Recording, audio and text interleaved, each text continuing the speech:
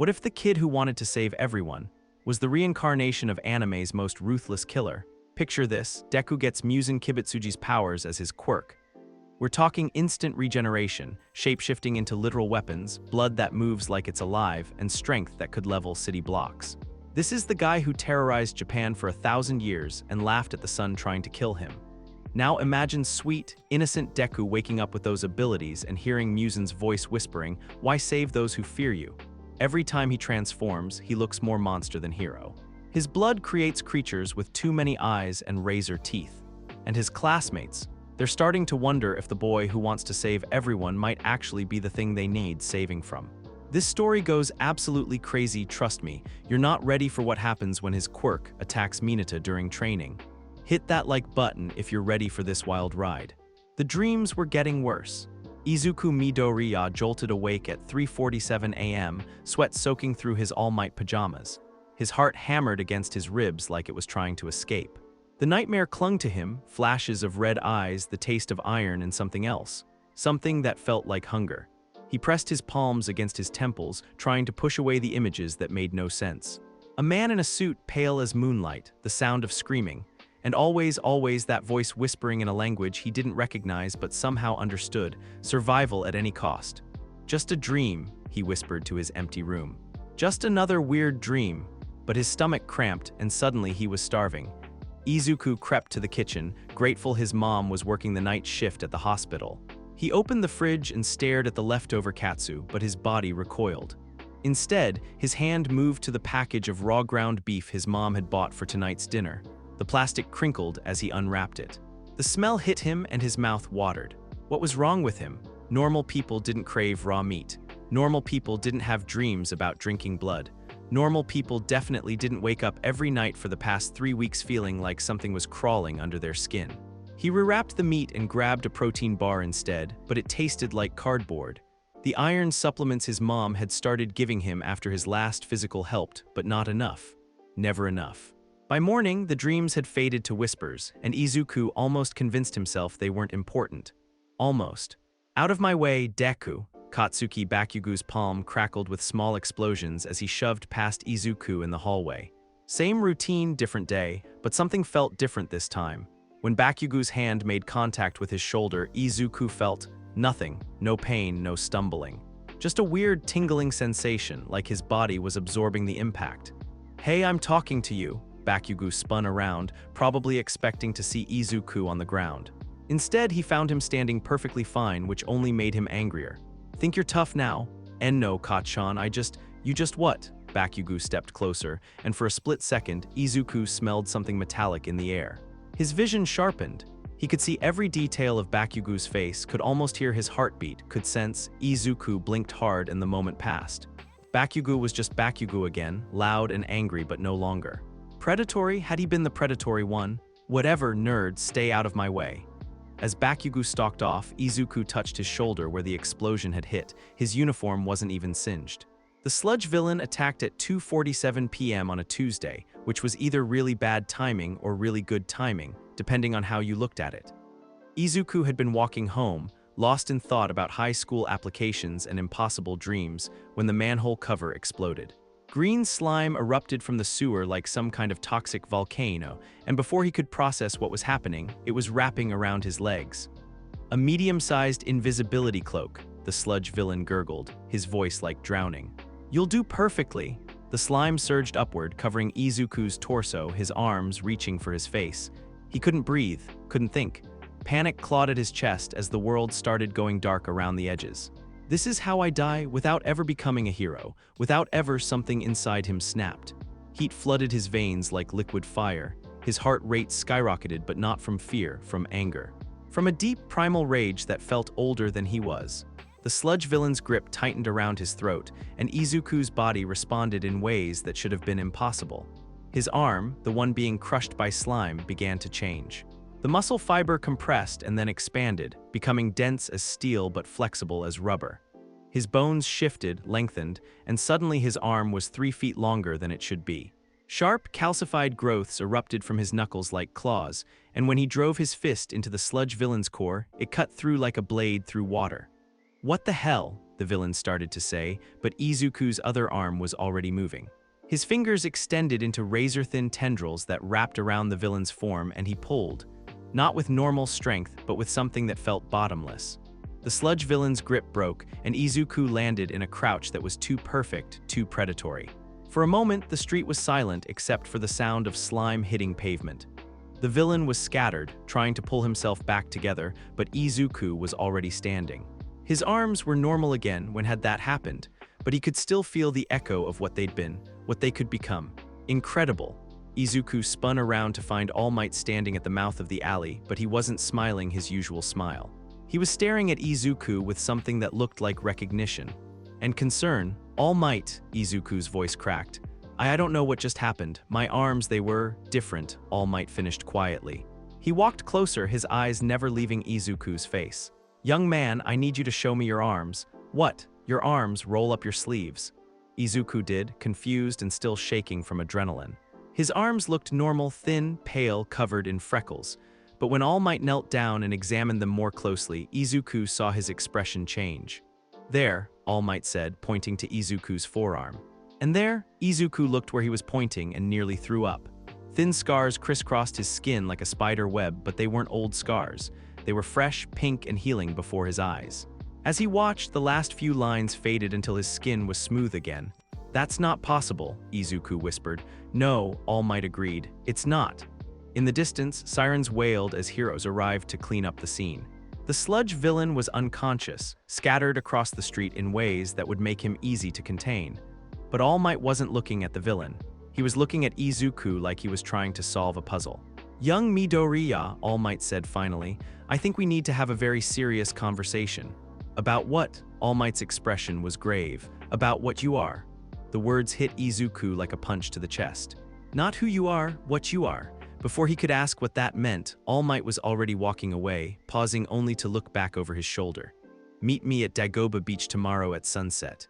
Come alone and tell no one about what happened here today." "But, no buts, young man, what happened here today?" All Might's usual cheerful demeanor was completely gone. That wasn't a Quirk manifestation. That was something else entirely. Izuku stood in the alley long after All Might left, staring at his arms. His normal human arms that had been anything but normal 5 minutes ago. The taste of iron was back in his mouth, stronger than ever, and when he ran his tongue across his teeth, he could swear his canines felt sharper. That night, the dreams came back worse than ever. But this time, the pale man in the suit had a name. Muzan Kibitsuji. And for the first time, when the voice whispered in his ear, Izuku understood exactly what it was saying. "You are finally awakening, my child. Soon, you will remember what you truly are." Izuku woke up screaming. Izuku spent the entire next day jumping at shadows. Every time someone looked at him sideways in class, he wondered if they could tell something was different. When Bakugo shoved him in the hallway and Izuku didn't stumble, he caught Kirishima giving him a curious look. During lunch, his usual chicken katsu tasted like ash, but the iron supplements his mom packed made his mouth water. Most unsettling of all, he kept catching glimpses of things that shouldn't be there. Red reflections in windows. Movement in his peripheral vision that vanished when he turned to look. And always, always, that voice whispering at the edges of his consciousness. Soon, by the time sunset approached, Izuku was a bundle of nerves wrapped in a school uniform.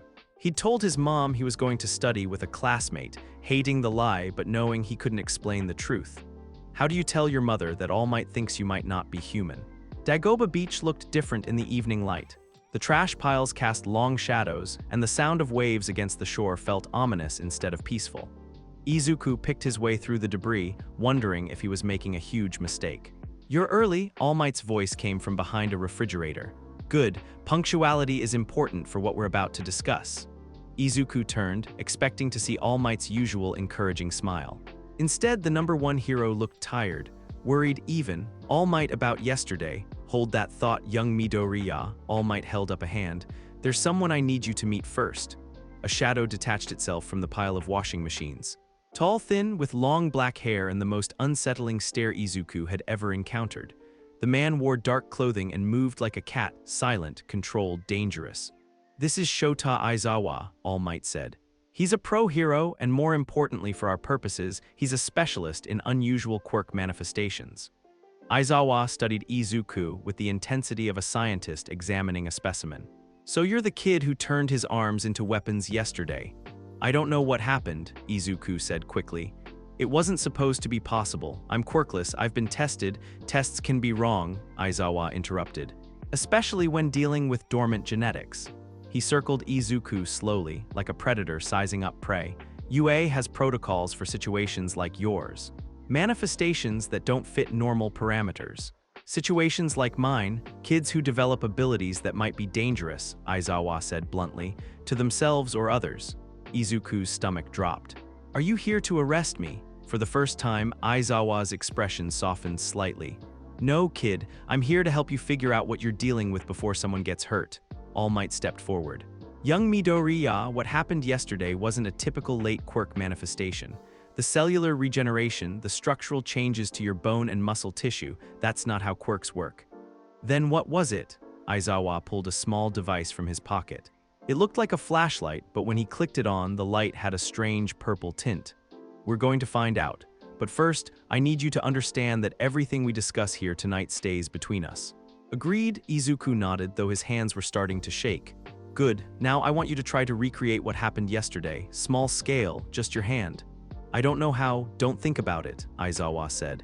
Think about the moment right before it happened. What did you feel? Izuku closed his eyes and tried to remember.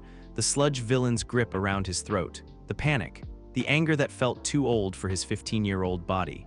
Anger, he said quietly, but not just mine, like someone else was angry too. His fingernails began to lengthen.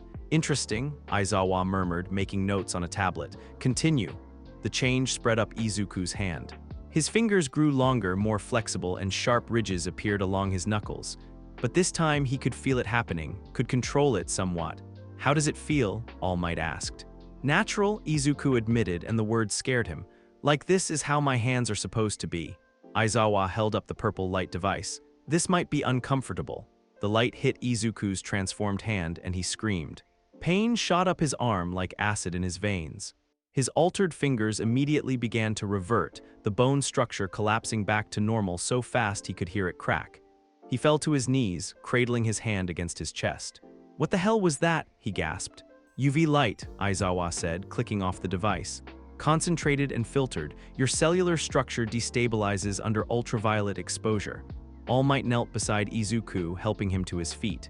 Are you all right? Izuku flexed his fingers. They were normal again, but he could still feel the echo of pain. That hurt more than it should have. Because UV light is specifically toxic to your altered cellular structure, Aizawa explained. Which tells us something very important about what we're dealing with. What? Aizawa and All Might exchanged a look that made Izuku's chest tighten with anxiety.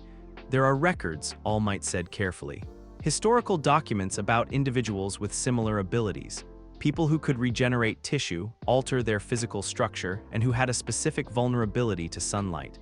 You mean like vampires? Izuku tried to laugh, but it came out shaky. That's ridiculous. Not vampires, Aizawa said. Something else, something that predates the emergence of quirks by several centuries. The world seemed to tilt sideways. Izuku sat down hard on a broken washing machine, trying to process what they were telling him. That's impossible. My family is completely normal. My mom's quirk is tiny object attraction. My dad breathes fire. Nothing weird, nothing. Genetics can skip generations, Aizawa interrupted, and some traits lay dormant until triggered by extreme stress.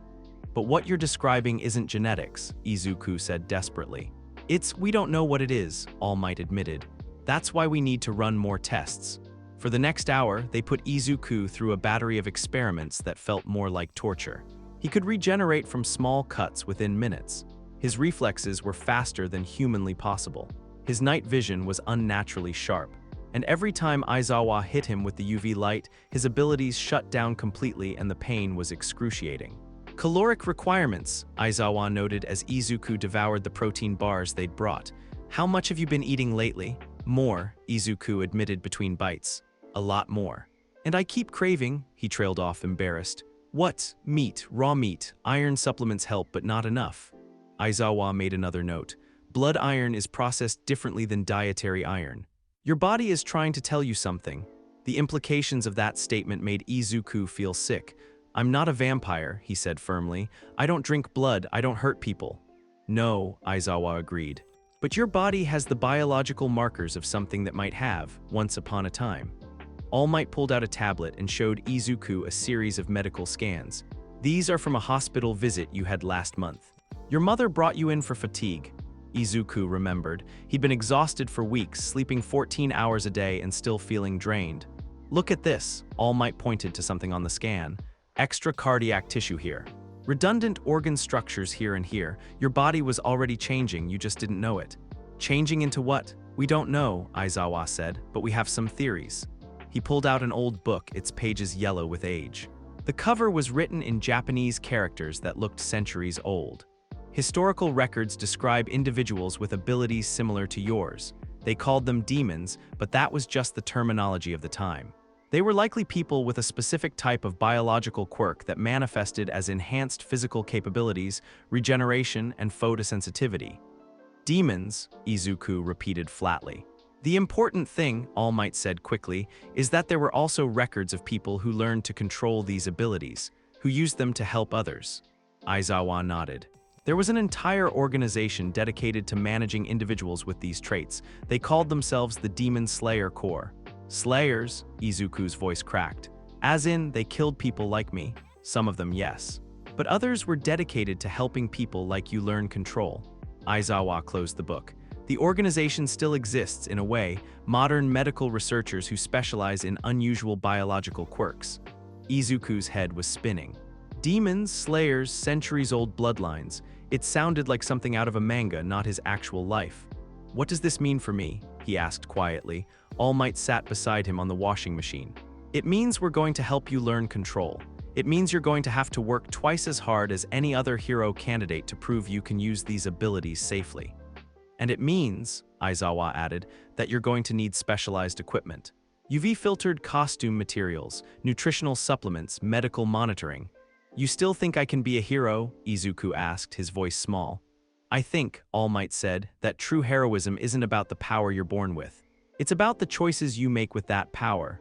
Aizawa's expression was less encouraging. But choices have consequences, kid, and if you lose control, if you hurt someone, he didn't finish the sentence. The sun had fully set by the time they finished talking. Izuku felt drained, both physically and emotionally. Everything he thought he knew about himself had been turned upside down in the span of 2 hours. What happens now? He asked. Now you go home and get some sleep, All Might said. Tomorrow we start training, real training with safety protocols and medical supervision. And if I can't control it, Aizawa's red eyes seemed to glow in the darkness. Then we'll cross that bridge when we come to it. As they prepared to leave, All Might pulled Izuku aside. Young Midoriya, I need you to understand something. What you're dealing with, it's not your fault. But it is your responsibility. I know. Do you? All Might's usually cheerful demeanor was completely serious. Because there are people out there who would pay a lot of money for someone with your abilities. People who wouldn't care about your heroic dreams. A chill ran down Izuku's spine. What kind of people? The kind who collect rare quirks, All Might said grimly. The kind who see power and want to use it for themselves.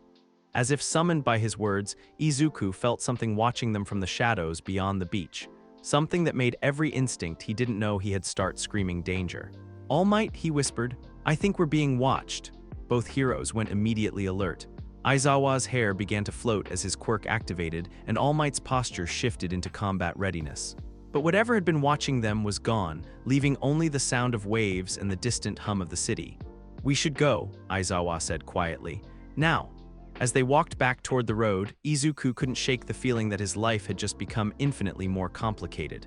And somewhere in the back of his mind, that ancient voice was laughing. They think they can control what you are becoming. How amusing. Izuku gripped his hands into fists and tried to ignore it. He was going to be a hero. No matter what kind of monster he was turning into, he was going to be a hero.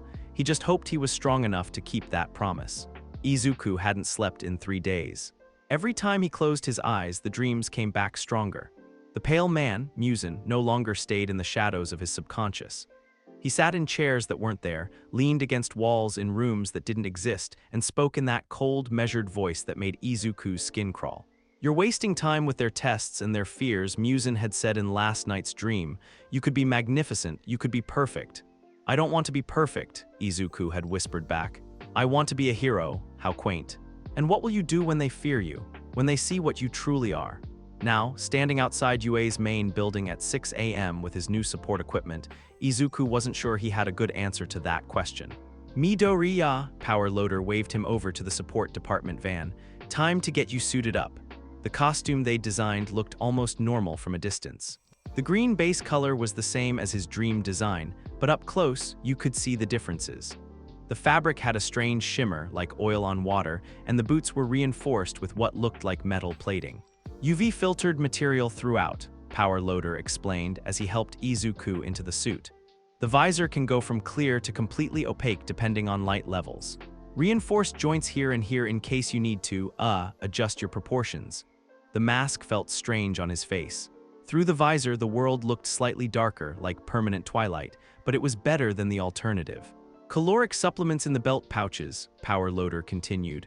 Emergency iron tablets here, and this, he handed Izuku a small device that looked like an inhaler.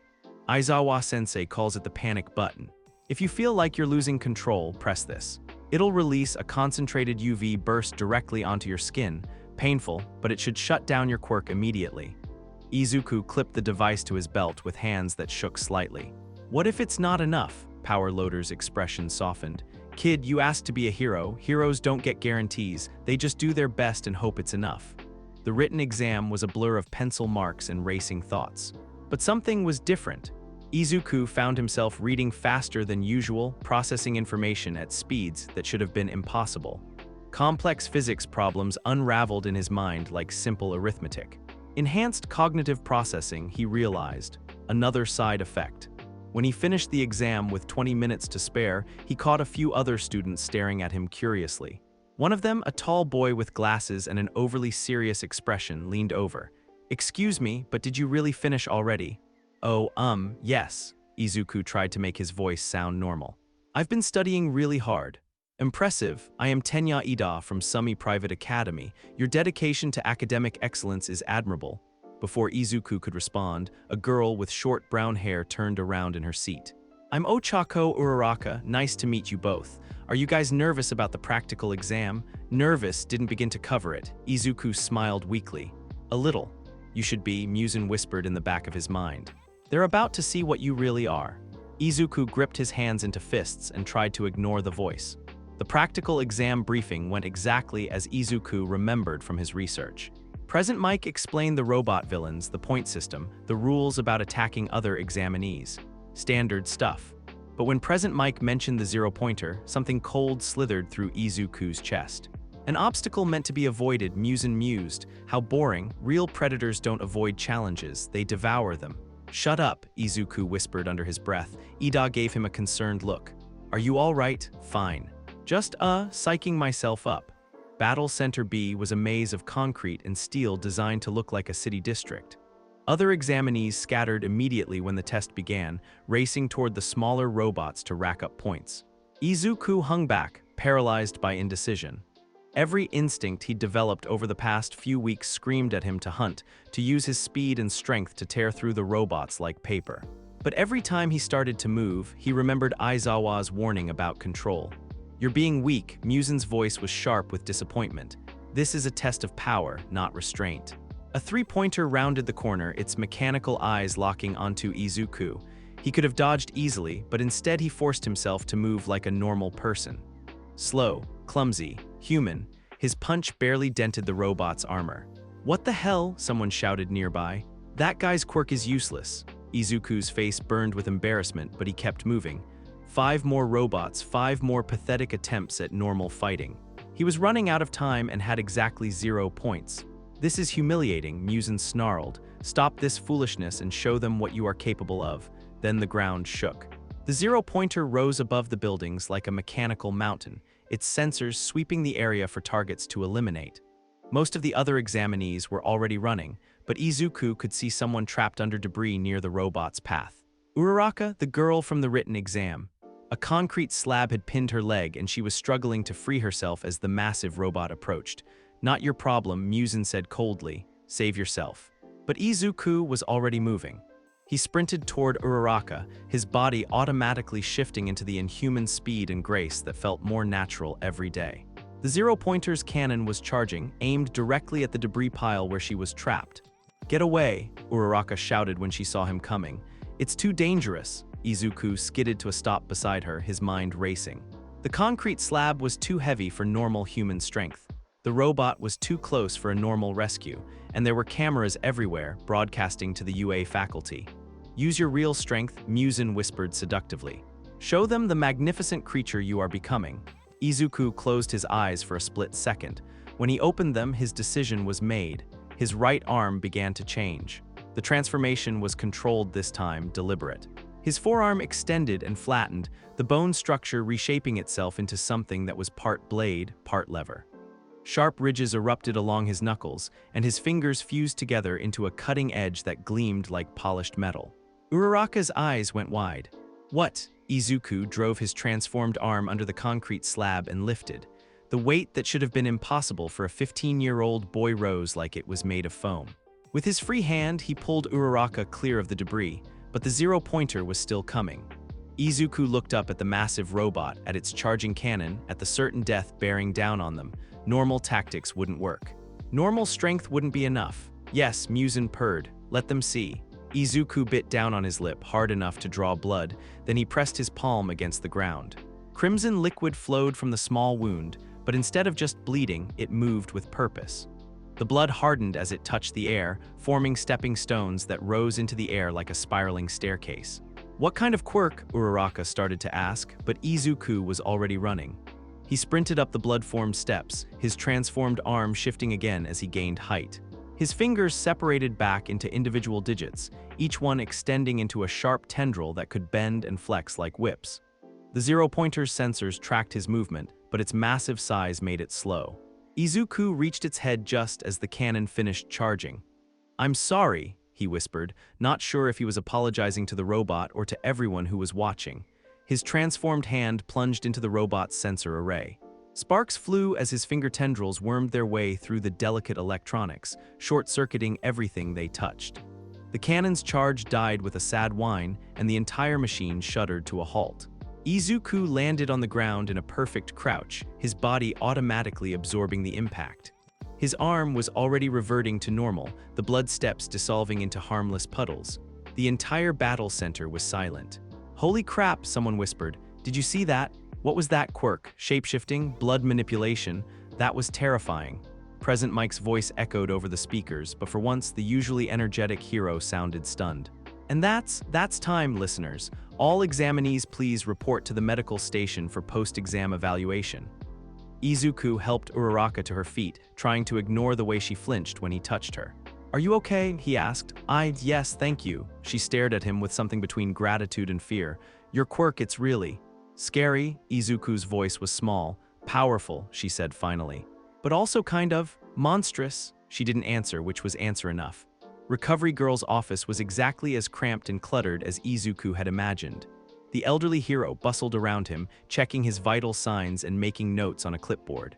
"Interesting," she murmured, examining his blood sample under a microscope. "Very interesting indeed. Is something wrong?" "Wrong? No, dearie, just unusual." She looked at him over her glasses. "Your cellular structure is quite remarkable. I've never seen regenerative capabilities quite like yours." "Is that bad?" Recovery Girl's expression grew thoughtful. "That depends entirely on what you choose to do with them." The results meeting was held in a conference room that felt more like an interrogation chamber. Principal Nezu sat at the head of the table, flanked by All Might Aizawa and several other teachers Izuku didn't recognize. "Midoriya Izuku," Nezu began, his high voice deceptively cheerful. "Your written exam results were exemplary, top 5%. Izuku relaxed slightly. "Your practical exam, however, presents some complications." The relaxation vanished. Nezu pulled out a tablet and showed Izuku footage from the exam. Watching himself transform on camera was surreal and nauseating. The bladed arm, the blood steps, the way he moved, it all looked inhuman. Predatory. "0 combat points," Nezu continued. "But full rescue points for saving Uraraka-san. Technically, you pass." "Technically," All Might leaned forward. "Young Midoriya, there are concerns about the nature of your abilities. Some of the faculty feel that he's dangerous," Aizawa interrupted bluntly. "That putting someone with his capabilities in a classroom full of children is asking for trouble." Izuku's heart sank. I would never hurt anyone. Your intentions aren't in question, Nezu said gently, but intentions and capability are two different things. What we saw today was impressive, but also concerning. However, All Might said quickly, there are also faculty members who believe that UA's mission is to help students learn to control their quirks, regardless of how unusual they might be. The debate was quite heated, Nezu admitted. But ultimately, we've reached a decision. Izuku held his breath. You'll be admitted to the hero course, Class 1A, but with conditions. What kind of conditions? Aizawa pulled out a thick folder. Mandatory psychological evaluations, weekly medical checkups, specialized training sessions with faculty supervision, and if there are any incidents, any loss of control, you'll be transferred to general studies immediately. It wasn't the unconditional acceptance Izuku had dreamed of, but it was a chance. I accept, he said immediately. Nezu smiled. I thought you might. Your acceptance letter will arrive in a few days, along with additional paperwork regarding your specialized requirements. As the meeting ended and the teachers began to leave, All Might pulled Izuku aside. Are you all right, my boy? I know this wasn't the warm welcome you were hoping for. Izuku looked down at his hands, normal, human hands that had been something else entirely just a few hours ago. All Might, do you think I'm making a mistake, trying to be a hero when I'm, whatever I am? All Might's expression grew serious. Young Midoriya, I've met many heroes in my time. Some had quirks that made them naturally suited for hero work. Others had to fight tooth and nail for every bit of control they achieved. Which type am I? You, All Might said, placing a hand on Izuku's shoulder, are the type that will have to fight hardest of all. Because your battle isn't just against villains, it's against yourself. As Izuku walked home through the darkening streets, Muzan's voice whispered in his mind again. They fear you already, and you've barely begun to show them what you're capable of. How long do you think their acceptance will last when they see your true nature? It'll last as long as I make it last, Izuku said quietly. We shall see, Muzan replied, and his laughter followed Izuku all the way home. 3 days after the entrance exam, Izuku's acceptance letter arrived with enough paperwork to choke a horse. Most of it was standard, class schedules, supply lists, dormitory information.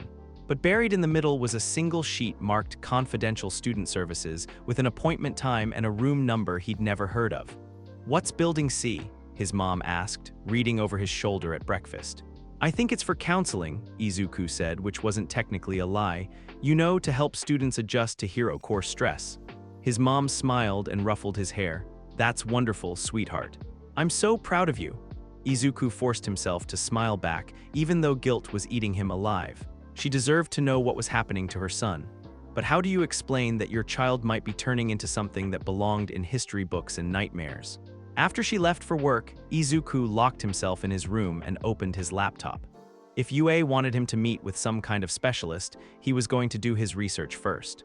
Biokinetic historical anomalies, he typed into the search bar. Most of the results were academic papers filled with medical jargon he didn't understand, but a few caught his attention. Articles about pathological quirk outbreaks in the early days of quirk emergence, mentions of individuals with extreme regenerative capabilities and photosensitive cellular structures. One paper, published by Tokyo University's Department of Quirk Studies, had a section that made his blood run cold. Historical records suggest that certain individuals with advanced biokinetic abilities exhibited predatory behavioral patterns and required specialized containment protocols. While these cases were rare, they represent some of the most dangerous early manifestations of what we now understand as quirk development. Contained. They were talking about containing people like him. Izuku was about to close the laptop when he noticed something odd. Someone was watching his apartment building from across the street. A figure in dark clothing, standing perfectly still in the shadow of a convenience store. He moved to the window for a better look, but the figure was gone. Paranoia, he told himself. Just paranoia. But Muzan's voice whispered in the back of his mind, or perhaps someone has taken notice of your little display at the examination. Building C turned out to be a nondescript structure tucked behind the main campus, the kind of place you'd walk past without a second thought. The counseling office was on the 3rd floor, down a hallway that smelled like disinfectant and old books.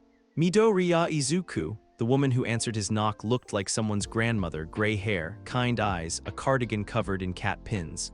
I'm Dr. Kacho. Please come in. Her office was cramped but comfortable, filled with houseplants and medical journals. A tea set sat on the desk between 2 chairs, steam still rising from the pot. I hope you don't mind, Dr. Kacho said, gesturing for him to sit. I find these conversations go better with tea.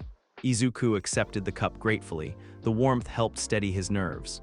Dr. Kacho, I have to ask, this isn't really about adjustment counseling, is it? She smiled, and for a moment her kind expression shifted into something sharper, more alert. You're perceptive. No, Midori-yakun, this isn't standard counseling, though I am a licensed therapist. She settled into her chair and studied him with the same intensity Aizawa had shown at the beach. Tell me, what do you know about the history of quirks? Just the basic stuff.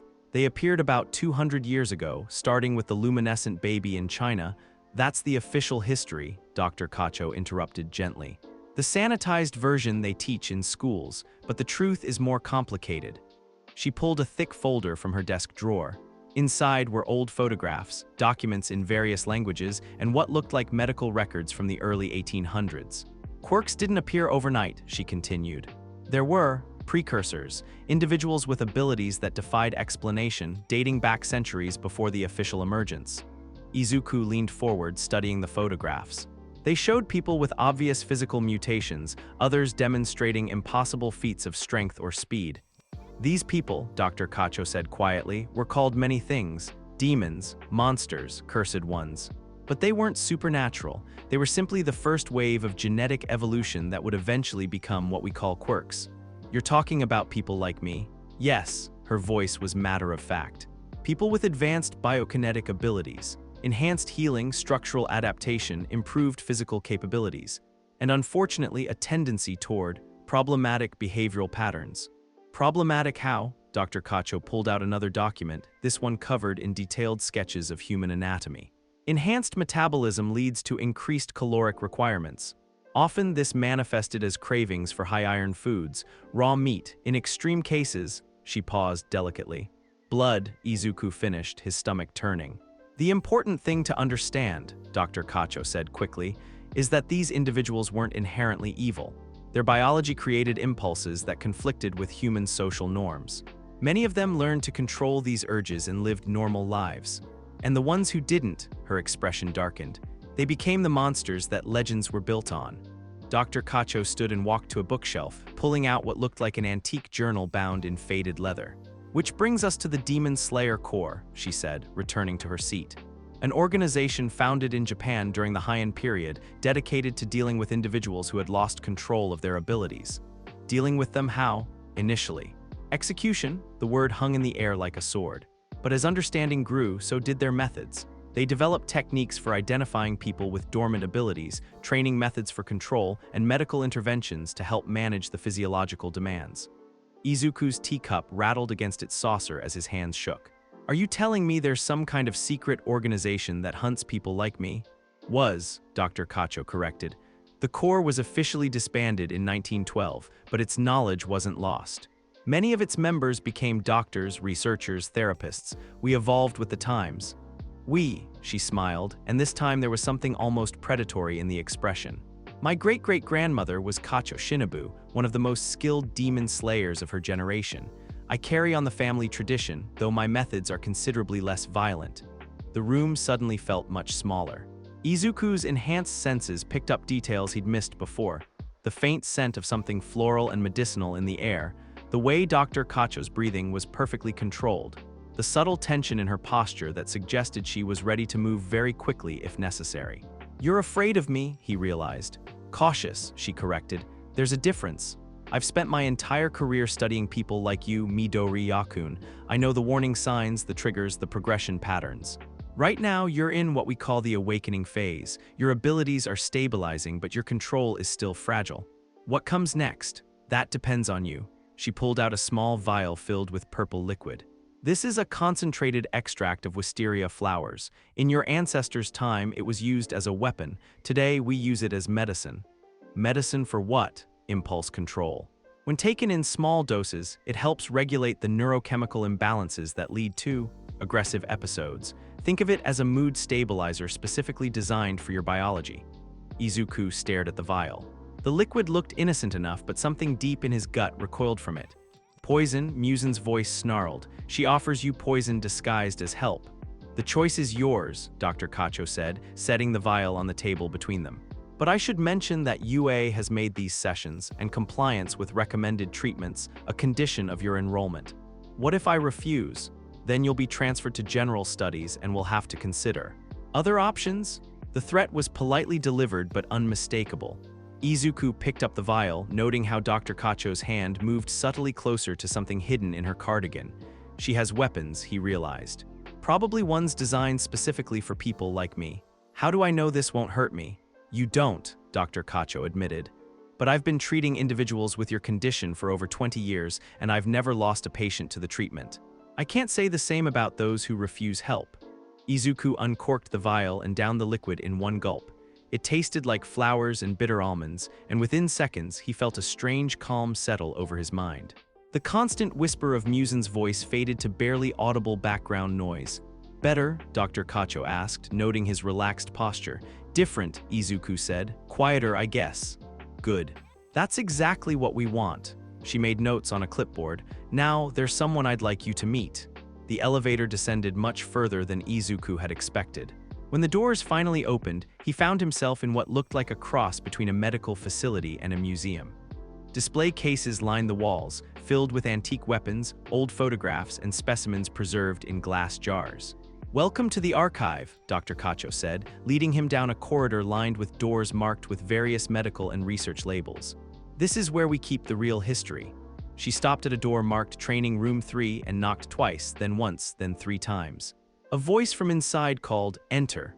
The woman waiting for them looked like she was in her 70s, with silver hair tied back in a practical bun and eyes that missed nothing. She wore what looked like a modified medical uniform, but Izuku could see the subtle signs of physical conditioning. The way she stood, the controlled breathing, the alert posture of someone who'd spent decades staying ready for danger. "Midori Yakun," Dr. Kacho said, "I'd like you to meet Dr. Yuzui Suma. She's our senior researcher in biokinetic regulation. And former core member," Dr. Yuzui added with a slight bow. "Though I specialized in medical support rather than direct combat." The room around them looked like a cross between a dojo and a laboratory. Exercise mats covered the floor, but the walls were lined with monitoring equipment and medical charts. "Dr. Kacho tells me you're experiencing some difficulty with impulse control," Dr. Yuzui said, gesturing for Izuku to sit on one of the mats. "This is perfectly normal for someone in your developmental stage." "Developmental stage? The awakening process isn't instantaneous," she explained, settling into a position that looked like a meditation pose. "Your body is still adapting to its new capabilities. During this phase, you're particularly vulnerable to what we call ancestral echoes." "You mean the voice," Izuku said quietly. Dr. Yuzui's expression sharpened. "Voice. Describe it. It sounds like someone else, someone older. It tells me to be more aggressive, to stop holding back. Sometimes it feels like there are memories that aren't mine." The two women exchanged a significant look. "That's more advanced than we usually see," Dr. Yuzui murmured. "Dr. Kacho, are you certain about his lineage? The cellular markers are unmistakable, and the phenotypic expressions are textbook Kibutsuji lineage." Izuku felt like he'd been punched in the chest. "Kibutsuji as in Muzan Kibutsuji," Dr. Kacho confirmed. "The most powerful individual of his type in recorded history, also the most dangerous." Finally, Muzan's voice cut through the medication suppression, clearer than it had been in hours. "They speak my name with proper reverence. He was the progenitor," Dr. Yuzui explained, apparently not noticing Izuku's internal struggle. "The first confirmed case of what we now understand as advanced biokinetic syndrome. His genetic markers have appeared in individuals throughout history, usually dormant until triggered by extreme stress." "What happened to him?" "He was stopped," Dr. Kacho said simply, "by a young man named Tanjiro Kamado and the core most elite slayers, but not before he caused centuries of suffering." Dr. Yuzui leaned forward, studying Izuku's face intently. "The important thing for you to understand is that genetics are not destiny. You carry his biological legacy, but not his memories or his personality. The voice you hear is more like genetic echoes. Instinctual patterns encoded in your DNA. It feels real. Because to your brain, it is real, but it's not a separate entity. It's a part of you that you need to learn to control." For the next hour, they put Izuku through breathing exercises that were unlike anything he'd ever experienced. The patterns were complex, requiring precise timing and muscle control that pushed his enhanced physiology to its limits. "Total concentration breathing," Dr. Yuzui explained as he struggled with a particularly difficult sequence. Originally developed as a combat technique, but we found it extremely effective for emotional regulation in individuals with your condition. It's hard. It's supposed to be hard.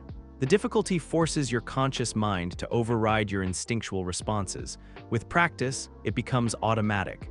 By the end of the session, Izuku felt more centered than he had in weeks. The breathing exercises seemed to quiet not just Muzan's voice, but the constant underlying tension he'd been carrying since his abilities first manifested. "Better?" Dr. Yuzui asked. "Much better." "Thank you, don't thank us yet," Dr. Kacho said, checking her watch. "This is just the beginning. You'll need to come here twice a week for the foreseeable future, more if you experience any episodes. Episodes, loss of control. Aggressive behavior, predatory impulses." Her tone was matter-of-fact, but Izuku could see the concern in her eyes. The awakening phase can be unpredictable. As they prepared to leave the archive, Dr. Yuzui pulled Izuku aside. "One more thing," she said quietly. "Be very careful about who you trust with information about your condition. There are people out there who would pay a great deal of money for someone with your abilities." Dr. Kacho mentioned collectors, among others. Black market researchers, villains looking for biological enhancement, even some hero agencies that aren't as ethical as they pretend to be. She pressed a small card into his hand. "If you ever feel like you're being watched, or if anyone approaches you with offers that seem too good to be true, call that number immediately." The card was blank except for a sequence of digits and a small symbol that looked like a stylized flower. "What kind of offers?" "The kind that promise to make you stronger, faster, more powerful. The kind that tell you everything you want to hear about controlling your abilities." Dr. Yuzui's expression was grim. "Remember, Midori Yakun, anyone who tells you they can make you perfect is lying. And they usually want something in return that you won't want to give." The train ride home should have been peaceful, but Izuku couldn't shake the feeling that he was being followed. Every time he looked around, he caught glimpses of the same dark figure from outside his apartment, always just at the edge of his vision. "They have been watching since your examination," Muzan's voice confirmed, though it was still muted by the medication. "You made quite an impression." By the time Izuku reached his neighborhood, the sun was setting and the medication was starting to wear off. Muzan's voice grew stronger with each passing minute. "You see now how they fear you," he said as Izuku climbed the stairs to his apartment. "They drug you, study you, prepare weapons against you. Is this the acceptance you dreamed of?" "They're trying to help," Izuku muttered under his breath. "They are trying to control you. There is a difference." Izuku's key was halfway to the lock when every enhanced sense he possessed suddenly screamed danger. The hallway was too quiet. The air carried a scent that didn't belong, something sterile and artificial. Someone was inside his apartment. Finally, Muzan purred. "A real threat. Let me show you what we are truly capable of." But before Izuku could decide whether to run or fight, his phone buzzed with an emergency alert from the number Dr. Yuzui had given him. "Archive compromised. Unauthorized biosignatures detected. Seek immediate safe harbor. Trust no one." In the distance, he could hear sirens, and from inside his apartment came the sound of someone moving around, searching through his things. "It appears," Muzan said with dark satisfaction, "that the game has begun." Izuku never found out who had broken into his apartment. By the time the police arrived, whoever had been inside was long gone. Nothing seemed to be missing, but his room had been thoroughly searched, drawers opened, papers shuffled, even his computer moved slightly from its usual position. The officers took a report and promised to look into it, but Izuku could tell they thought it was just a random break-in. He didn't tell them about the emergency alert from Dr. Yuzui or about the feeling that someone had been specifically looking for information about him. Some instincts were better left unexplained. 3 days later, he walked through the gates of UA High School as an official student. The feeling should have been triumphant. Instead, Izuku felt like he was walking into a trap. "You are," Muzan whispered, his voice clearer now that the medication was wearing off. "They will watch you, test you, wait for you to show them what you truly are. And when you do—" "When I do, I'll prove I can control it," Izuku muttered under his breath, adjusting the UV-filtered visor on his costume. "We shall see." Class 1A was exactly as chaotic as Izuku had expected. Bakugo was already in full argument mode with a spiky-haired redhead about something trivial. The boy with glasses from the entrance exam was attempting to organize people into proper seating arrangements. A girl with pink skin and horns was chatting animatedly with someone who looked like a bird. "Hey," Uraraka waved at him from across the room. "It's you, the guy with the amazing quirk." Several heads turned toward Izuku, and he felt his face burn with embarrassment. Amazing wasn't the word most people used after seeing his abilities in action. "Oh, hi Uraraka-san, how's your leg?" "Good as new," she bounced slightly to demonstrate. "Recovery girl is incredible. But seriously, what you did was so cool. I've never seen shapeshifting like that before." She has no idea what she's praising, Muzan observed with dark amusement. Before Izuku could respond, a familiar voice cut through the classroom chatter. "If you're here to make friends, you can pack up your stuff now." Aizawa emerged from what looked like a giant sleeping bag, his hair floating slightly as he activated his quirk. The entire class fell silent. "Welcome to UA's hero course. It took you all less than 8 seconds to shut up. That's not bad, but time is a luxury we don't have." Izuku felt Aizawa's red eyes focus on him for just a moment longer than the others. A reminder of the conversation they'd had, the conditions of his enrollment. "I'm your homeroom teacher, Aizawa Shota. Right now, we're going to conduct a quirk assessment test." Groans filled the classroom. "But orientation," Uraraka started. "If you really want to make it in this world, you don't have time for pointless ceremonies." Aizawa's expression was flat. "Here at UA, we're not tied down by restrictions. That means I get to run my class however I see fit." He pulled out a softball and tossed it to Bakugo. "You managed 705.2 meters in middle school using a softball throw, correct? Try doing it with your quirk." Bakugo's grin was sharp and dangerous. "Gladly." The explosion echoed across the training ground, and when the smoke cleared, Aizawa's tablet displayed the results. 705.3 meters. "All of you need to know your maximum capabilities," Aizawa explained. "It's the most rational way to form the foundation of a hero." As he announced the 8 different tests, Izuku felt his stomach clench. Strength, speed, flexibility, all things his altered biology excelled at, but also all things that would reveal just how inhuman he was becoming. "Show them," Muzan urged. "Let them see what real power looks like. And whoever comes in last place," Aizawa added with a cruel smile, "will be judged hopeless and expelled." The 50-meter dash came first. Izuku watched as his classmates ran their heats, noting their times and abilities. Ida's engines carried him to an impressive 3.04 seconds. Bakugo used controlled explosions to propel himself to 4.13 seconds. When Izuku's turn came, he tried to run like a normal person. Tried to ignore the way his enhanced metabolism wanted to push his legs faster, his reflexes wanted to react quicker. He crossed the finish line in 4.8 seconds, fast for a regular human, pathetically slow for what his body could actually achieve. "Pathetic," Muzan snarled, "you shame us both." The grip strength test was worse. Izuku squeezed the device gently, getting a reading of 56 kg. Respectable, but nothing special. Shoji, with his multiple arms, managed 540 kg. "Midoriya," Aizawa called as they moved to the standing long jump. "Is there a reason you're not using your quirk?" Every eye in the class turned toward him. Izuku felt sweat beading on his forehead despite the UV protection of his costume. "I'm still learning to control it," he said quietly. "Control is learned through practice, not avoidance." Aizawa's red eyes bore into him. "Use your quirk or you'll be going home today." Izuku closed his eyes and took a deep breath, trying to center himself with the techniques Dr. Yuzui had taught him. When he opened them, he allowed just a fraction of his true capabilities to surface.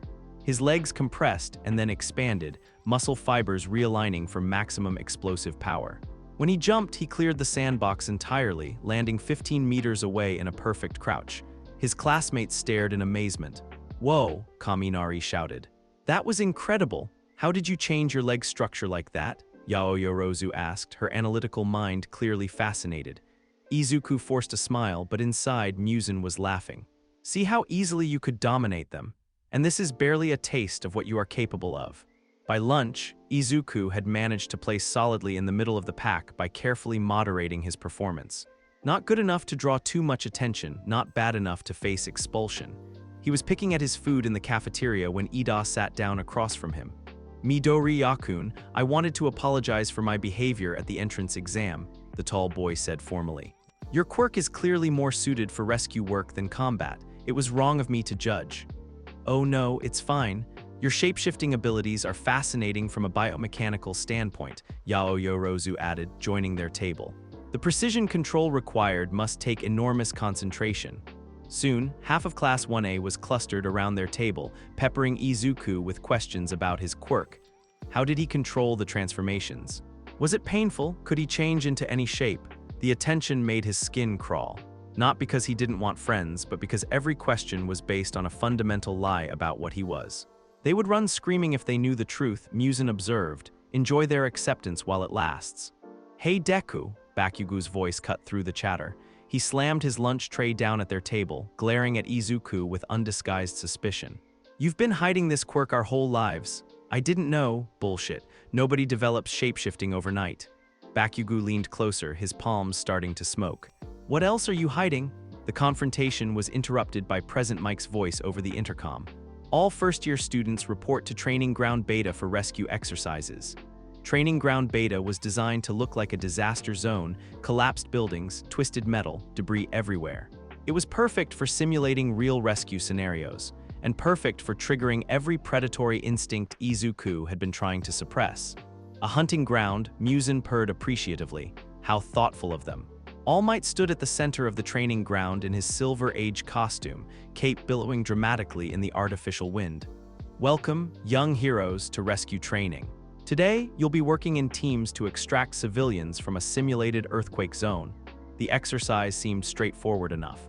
Teams of 3 would be given different sectors of the disaster zone and tasked with finding and rescuing mannequins representing trapped civilians. Points would be awarded for speed, safety, and teamwork. Izuku found himself paired with Mineta and Seiro, a combination that should have been perfectly manageable. Should have been. Their assigned sector was a collapsed office building with multiple floors pancaked together. The mannequins were scattered throughout the debris, some easily accessible, others trapped under heavy concrete slabs. Okay, Seiro said, activating his tape quirk to rappel down into a gap between floors. I'll take the lower levels. Mineta, you take the upper floors. Midoriya, you handle the middle section. It was a good plan. It should have worked perfectly. Izuku was making good progress, using carefully controlled shapeshifting to squeeze through tight spaces and reach trapped civilians. His enhanced senses could detect the mannequins even when they were completely buried, and his modified physiology let him lift debris that would have challenged most adults. You could move so much faster, Muzan whispered as Izuku carefully extracted another mannequin. Stop restraining yourself. I'm being careful, Izuku muttered, setting the rescued figure in a safe zone. Careful is another word for weak. That's when he heard Mineta scream.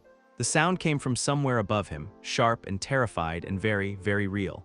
Izuku looked up to see a section of concrete wall tilting at a dangerous angle, held up only by a single twisted support beam. And underneath it, trapped by fallen debris, was Mineta, not a mannequin, the actual student. Help! Mineta's voice was high with panic.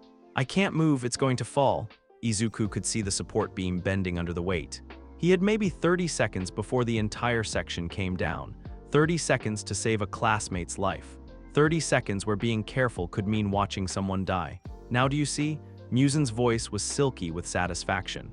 This is why restraint is foolishness. Save him. Save him with everything you are. Izuku's control snapped. His body exploded into motion, shape-shifting at a speed and scale he'd never attempted before. His arms stretched and split, becoming a dozen separate appendages that could work independently. His blood wept from dozens of small cuts, hardening instantly into climbing surfaces and support structures. But most importantly, he created his first blood familiar. The creature that emerged from his palm was the size of a house cat, crimson and glistening, with far too many eyes and teeth. It moved with liquid grace, flowing up the debris pile toward Mineta's position, while Izuku's transformed limbs worked to stabilize the collapsing structure. Yes, Muzan whispered with deep satisfaction. Yes, this is what you are meant to be. The familiar reached Mineta first, its multiple appendages working to clear the debris pinning his legs. But as it worked, something went wrong. The scent of Mineta's fierce sweat, the sound of his racing heartbeat, the salt tang of tears on his face. It all combined to trigger something primal in the familiar's artificial nervous system. Hunting instincts that Izuku had never meant to program into it. The familiar's movements changed, becoming less rescue-focused and more predatory. Its eyes, far too many eyes, locked onto Mineta's throat. No, Izuku gasped, realizing what was happening. Stop! But the familiar was beyond his conscious control now, operating on instincts that were older than civilization. It reared back, needle-sharp teeth extending from what had been a rescue tool moments before. Mineta saw it coming and screamed again, but this time in pure terror. What the hell is that thing? The familiar struck. Aizawa's quirk hit it like a hammer blow, erasing Izuku's abilities instantly. The familiar dissolved into harmless blood, spattering across Minata's costume. Izuku's extended limbs snapped back to normal with audible pops, and he collapsed to the ground as the backlash hit him. But the damage was done. The entire class had seen it. The monstrous creation, the predatory behavior, the way Izuku had lost control of something that was supposed to help. "Stay back," Ida shouted, stepping protectively in front of Uraraka and Yaoyorozu. "Everyone stay away from him." All Might was already moving, his speed carrying him to Minata's position in seconds. The boy was physically unharmed. The familiar had only grazed his neck, but he was shaking uncontrollably. "It tried to bite me," Minata whispered, staring at Izuku with undisguised horror. "That thing tried to eat me." "Midoriya," Aizawa's voice was deadly quiet. "Explain, now." Izuku struggled to his feet, his body still aching from the forced reversion. Around him, his classmates watched with expressions ranging from confusion to fear to disgust. "I lost control," he said quietly. "I'm sorry, I was trying to save him, but I lost control." "Control of what?" Bakugo demanded, his palms crackling with small explosions. "What the hell kind of quirk creates monsters?" Before Izuku could answer, Yaoyorozu spoke up, her voice clinically analytical but underlaid with concern. "That wasn't shapeshifting," she said slowly. "Shapeshifting changes existing biological matter. That creature was created from your blood." "Tell them," Muzan whispered, his voice full of dark amusement. "Tell them what you really are." Izuku looked around at the faces of his classmates, people he'd hoped would become his friends, and saw only fear and suspicion. I'm sorry, but I can't explain." Todoroki, who had been silent until now, stepped forward slightly. His mismatched eyes studied Izuku with an intensity that made him want to hide. "Dangerous quirks run in families," he said quietly. "Sometimes the danger isn't what the quirk does. It's what it makes you want to do." The weight of understanding in his voice made Izuku's chest tighten with something that might have been hope, but before he could respond, All Might was speaking. "Exercise is over," he announced, his usual cheerful demeanor completely absent. "Everyone return to the main campus immediately. Midoriya, you come with me." As the class filed out, Izuku caught fragments of whispered conversations. "Did you see its eyes? There were too many. What if he can't control it in class? Maybe they should transfer him." Uraraka lingered for a moment, looking like she wanted to say something. But when Izuku met her eyes, she just shook her head and followed the others. "See how quickly they turn," Muzan observed with satisfaction. "All it takes is one glimpse of your true nature." Izuku stood alone in the training ground, surrounded by the debris of the exercise and the wreckage of his hopes, and wondered if Muzan was right after all. The news broke 3 hours after the training incident. Izuku wasn't sure how they'd gotten the footage. UA's security was supposed to be airtight. But somehow a cell phone video of his blood familiar attacking Minata was all over social media by dinner time. "Demon Quirk student attacks classmate AT prestigious UA high school," the headline blazed across every news website in Japan. The video quality was grainy, but clear enough to see the familiar's multiple eyes, its predatory movement, the moment it lunged for Minata's throat. Clear enough to see the monster he'd created. Izuku sat in his dorm room, laptop open, reading comment after comment that made his stomach twist into knots. This is exactly why some quirks shouldn't be allowed in hero programs. What if that thing had actually bitten that kid? What if it was poisonous or something? I don't care how good his grades are, that boy is dangerous. Did you see how it moved? That wasn't human, that wasn't even animal, that was something else entirely. His phone buzzed with a text from his mom. "Sweetie, I saw the news. Are you okay? Do you want to come home?" He stared at the message for a long time before typing back. "I'm fine, just a training accident. Don't worry about me." Another lie to add to the growing collection. "Truth is a luxury you can no longer afford," Muzan whispered in the back of his mind. "They have seen what you are becoming. Now they will either kneel or flee." "Neither," Izuku said quietly. "They'll learn to trust me again." "Will they? Look around, child. Count your friends." Izuku closed the laptop without looking at any more comments. The room felt too small, too quiet, too empty. Down the hall, he could hear the muffled sounds of his classmates talking, laughing, living their normal lives. Lives he was no longer part of. Dinner in the cafeteria was a special kind of torture. The moment Izuku walked through the doors, conversation stopped. Not completely, that would have been too obvious, but the volume dropped noticeably, and he could feel eyes following his movement to the serving line. He loaded his tray with twice as much food as a normal person would eat. his enhanced metabolism demanding the calories even if his appetite had vanished completely. When he turned to find a seat, the usual table where he'd been sitting with Ida and Uraraka had somehow filled up completely. Every table had somehow filled up completely. Izuku stood in the middle of the cafeteria holding his tray, feeling like an idiot, a dangerous idiot that nobody wanted to sit near. "Oi, Deku." Bakugo's voice cut through the ambient noise like a knife. He was sitting alone at a table in the corner, his usual explosive personality apparently having scared off any potential dinner companions. "You gonna stand there all night, or are you gonna eat your weird-ass mountain of food?" It wasn't exactly a friendly invitation, but it was the closest thing to acceptance Izuku had received all day. He made his way over to Bakugo's table, half expecting it to be some kind of trap. "Thanks, Kacchan," he said quietly, setting his tray down. "Don't thank me. I just don't want to watch you have a breakdown in the middle of dinner." Bakugo stabbed at his katsu with more violence than the breaded pork deserved. "Bad for my appetite." They ate in silence for several minutes, the weight of unspoken questions hanging between them.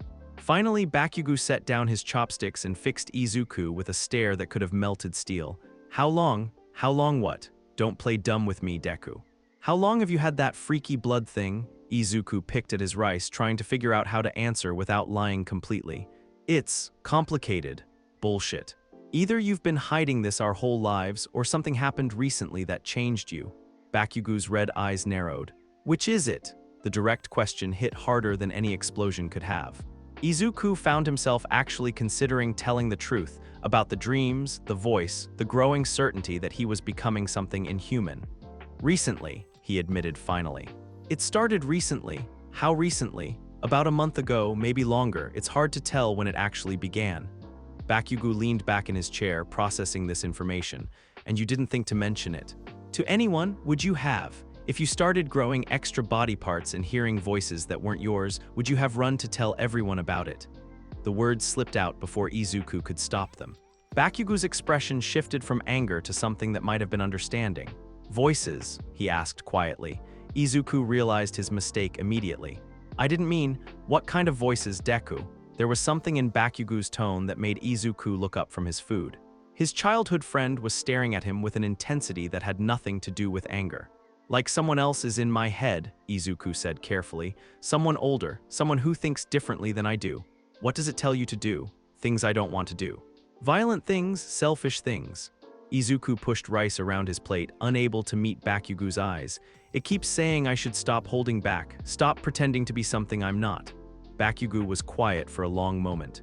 When he spoke again, his voice was softer than Izuku had heard it in years. "My quirk used to whisper to me too." Izuku's head snapped up. "What?" "When it first manifested. When I was 4, Bakugo's hands were clenched into fists on the table. "It would tell me to make bigger explosions, to hurt people who annoyed me, to show everyone how powerful I was." "Kacchan, I thought everyone's quirks did that. I thought it was normal." Bakugo's laugh was bitter. "Took me years to realize the voice wasn't part of the quirk. It was part of me, the part that wanted to be special more than I wanted to be good." They sat in silence, processing this revelation. Around them, the cafeteria continued its normal rhythm, but their corner table felt like an island of honesty in a sea of pretense.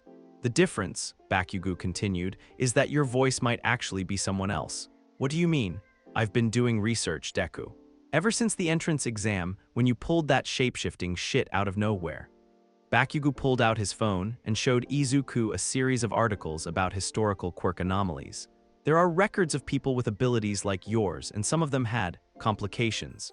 Izuku scanned the articles, seeing terms like genetic memory echoes and ancestral behavioral patterns. "You think I'm remembering someone else's life? I think," Bakugo said carefully, "that whatever you're turning into, it's not entirely you. And maybe that's not your fault." The acknowledgement hit Izuku like a physical blow. After weeks of feeling like a monster, of wondering if he was losing his humanity, here was Bakugo, explosive, aggressive, never back down Bakugo, offering something that looked almost like compassion. "I'm scared, Kacchan," Izuku whispered.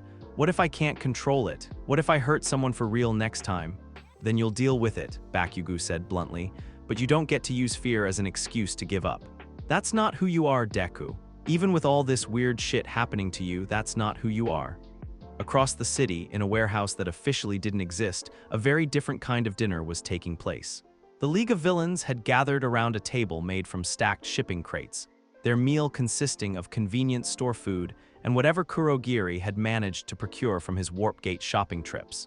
But the real feast was the data spread across multiple laptops and tablets. Magnificent, Dr. Akuma breathed, replaying the training ground footage for the dozenth time. Absolutely magnificent. He was a thin man with prematurely gray hair and the kind of pale complexion that suggested too much time spent in laboratories. His quirk, symbiotic grafting, had left its mark on his appearance. Patches of his skin had a strange, waxy quality where he'd experimented with biological integration. The cellular control is extraordinary, he continued, making notes on a clipboard. Complete structural modification in real-time, blood-based familiar creation, apparent enhanced physical capabilities. This boy represents everything we've been trying to achieve. Shigaraki scratched at his neck, leaving red marks on already irritated skin. He's just a brat with a gross quirk. What's so special about that? What's special, Dr. Akuma said patiently, is that his quirk appears to be a genuine biological throwback. A genetic echo of something that predates modern quirk development. He pulled out a series of test tubes filled with dark red liquid. Each tube was labeled with dates and genetic sequences. These are blood samples I've been collecting from black market sources. Individuals with unusual biological quirks, enhanced healing factors, predatory behavioral patterns. All of them showed trace markers of what I've begun calling the demon gene complex. Demons, Toga giggled, bouncing in her seat. Are we talking about actual demons? That sounds fun, not supernatural entities, Dr. Akuma clarified, but individuals whose genetics carry the echoes of a specific evolutionary branch that was thought extinct. The boy at UA appears to be the most complete expression of this genetic line I've ever encountered. Dabi leaned forward, his scarred face showing interest for the first time all evening. And you want to what? Study him? Kidnap him? Better, Dr. Akuma smiled, and the expression was genuinely unsettling. I want to replicate him. He gestured to another set of vials, these filled with a synthesized serum that glowed faintly in the warehouse's dim lighting. I've been working on a formula that can temporarily activate dormant genetic markers in normal humans. Create artificial demons, if you will. But the process has been unstable. Shigaraki's interest was finally piqued. Unstable how? The test subjects don't survive the transformation. Their bodies reject the genetic modifications after a few hours, leading to catastrophic cellular breakdown. Dr. Akuma's tone was matter-of-fact, as if he were discussing the weather rather than human experimentation. But with a sample of genuine demon genetics, a complete genetic template, I could stabilize the formula. You want the kid's blood, Bloodhound spoke for the first time all evening. The woman was unremarkable in almost every way: average height, average build, brown hair pulled back in a practical ponytail. The only thing that set her apart was her eyes, which tracked movement with the intensity of a predator evaluating prey. Her quirk, scent tracking, had been enhanced through black market modifications that allowed her to process pheromones and biological signatures with inhuman precision. She could track a target across a city, identify their emotional state from their scent, and locate their weaknesses through chemical analysis. She'd been following Izuku Midoriya for 3 weeks. His blood, his tissue samples, his genetic material, Dr. Akuma confirmed. With those, I can create an army of artificial demons, soldiers who possess his abilities but lack his moral constraints. And how exactly do you plan to get samples from a UA student? Kurogiri asked, his warp gate form shimmering with interest. Bloodhound smiled, and the expression was far more unsettling than Dr. Akuma's had been. The boy is isolated now. His classmates fear him, his teachers are watching him for signs of instability. He's vulnerable in ways he doesn't even realize. She pulled out a tablet showing surveillance photos of Izuku walking alone, eating alone, training alone. People who feel rejected often make poor decisions. All we need to do is offer him what he wants most, which is acceptance, understanding, someone who tells him that what he's becoming isn't something to be ashamed of. Bloodhound's smile widened. Someone who offers to help him control his abilities without judgment. Shigaraki scratched his neck harder, leaving fresh scratches. And if he refuses, then we take what we need by force, Dr. Akuma said simply. But I suspect he'll be more cooperative than you might expect. Desperate people often are. Back at UA, Izuku was discovering that isolation had its own particular rhythm. Classes continued as normal, but his classmates had developed a subtle but unmistakable pattern of avoiding direct interaction. They were polite when necessary, professional during training exercises, but the easy camaraderie of the first few days was gone. Even worse was the way the teachers looked at him now. Aizawa's red eyes seemed to follow his every movement, ready to activate his quirk at the first sign of trouble. All Might's usual encouragement had been replaced by careful, measured responses that felt more like clinical observations than genuine support. It was Cementos who finally said what everyone was thinking. Midoriya, the concrete hero, approached him after a particularly difficult combat training session. I need to ask you something directly, and I want an honest answer. Izuku had been packing his gear, trying to ignore the way his classmates were clustering together on the other side of the locker room. Yes, sir, are you in control of your quirk, or is your quirk in control of you? The question hung in the air like a sword. Izuku could feel every eye in the room turn toward him, waiting for his answer. Tell them the truth, Muzan whispered. Tell them that control is an illusion, that what you are becoming is far beyond their ability to contain. I'm learning, Izuku said carefully. It's complicated, but I'm learning. Cementos studied him for a long moment. Learning implies that you don't currently have control. I have enough control to not hurt anyone. You hurt Mineta. I scared Mineta. There's a difference. Is there? The question came from Todoroki, who had been quietly getting dressed nearby. If someone creates something that acts on predatory instincts, does the intent matter more than the result? Before Izuku could answer, his phone buzzed with an emergency alert. Not from UA's systems, but from the contact Dr. Yuzui had given him. The message was short and terrifying. Unusual biosignature readings detected across multiple locations. Synthetic demon blood confirmed. Someone is replicating your genetics. Seek immediate safe harbor. Izuku's blood turned to ice water. Someone was making copies of him. Someone was turning other people into the same kind of monster he was becoming. Interesting, Muzan observed with dark amusement. It seems we are no longer unique. Midoriya, Cementos had noticed his sudden pallor. What's wrong? Izuku looked around the locker room at his classmates, people who already feared him, already questioned whether he belonged among them. How could he tell them that someone was mass-producing creatures like him? How could he explain that his very existence had become a template for creating monsters? Nothing, he lied, pocketing his phone. Just a message from home. But as he left the locker room, Izuku could feel Muzan's satisfaction growing stronger. Someone else had recognized what he was becoming. Someone else saw the potential in his transformation. And for the first time since his abilities had manifested, Izuku wasn't sure if that was terrifying or tempting. Soon, Muzan whispered, you will have to choose. Will you remain among those who fear you, or will you embrace what you truly are? In the distance, thunder rumbled and rain began to fall on UA's windows like tears. The villain attack happened on a Tuesday, during what was supposed to be a routine field exercise. Class 1A had been practicing urban rescue scenarios in one of UA's elaborate training cities when the alarms started blaring. Real alarms, not the ones they used for exercises. All students evacuate to the nearest safe zone immediately, Aizawa's voice crackled over the communication system. This is not a drill. But even as he spoke, they could see the smoke rising from the real city beyond UA's walls. Black columns of it, thick and oily, carrying the acrid smell of burning plastic and worse things. Sensei, Ida's voice was tight with concern. There are civilians in immediate danger. We could help, you could get killed, Aizawa cut him off.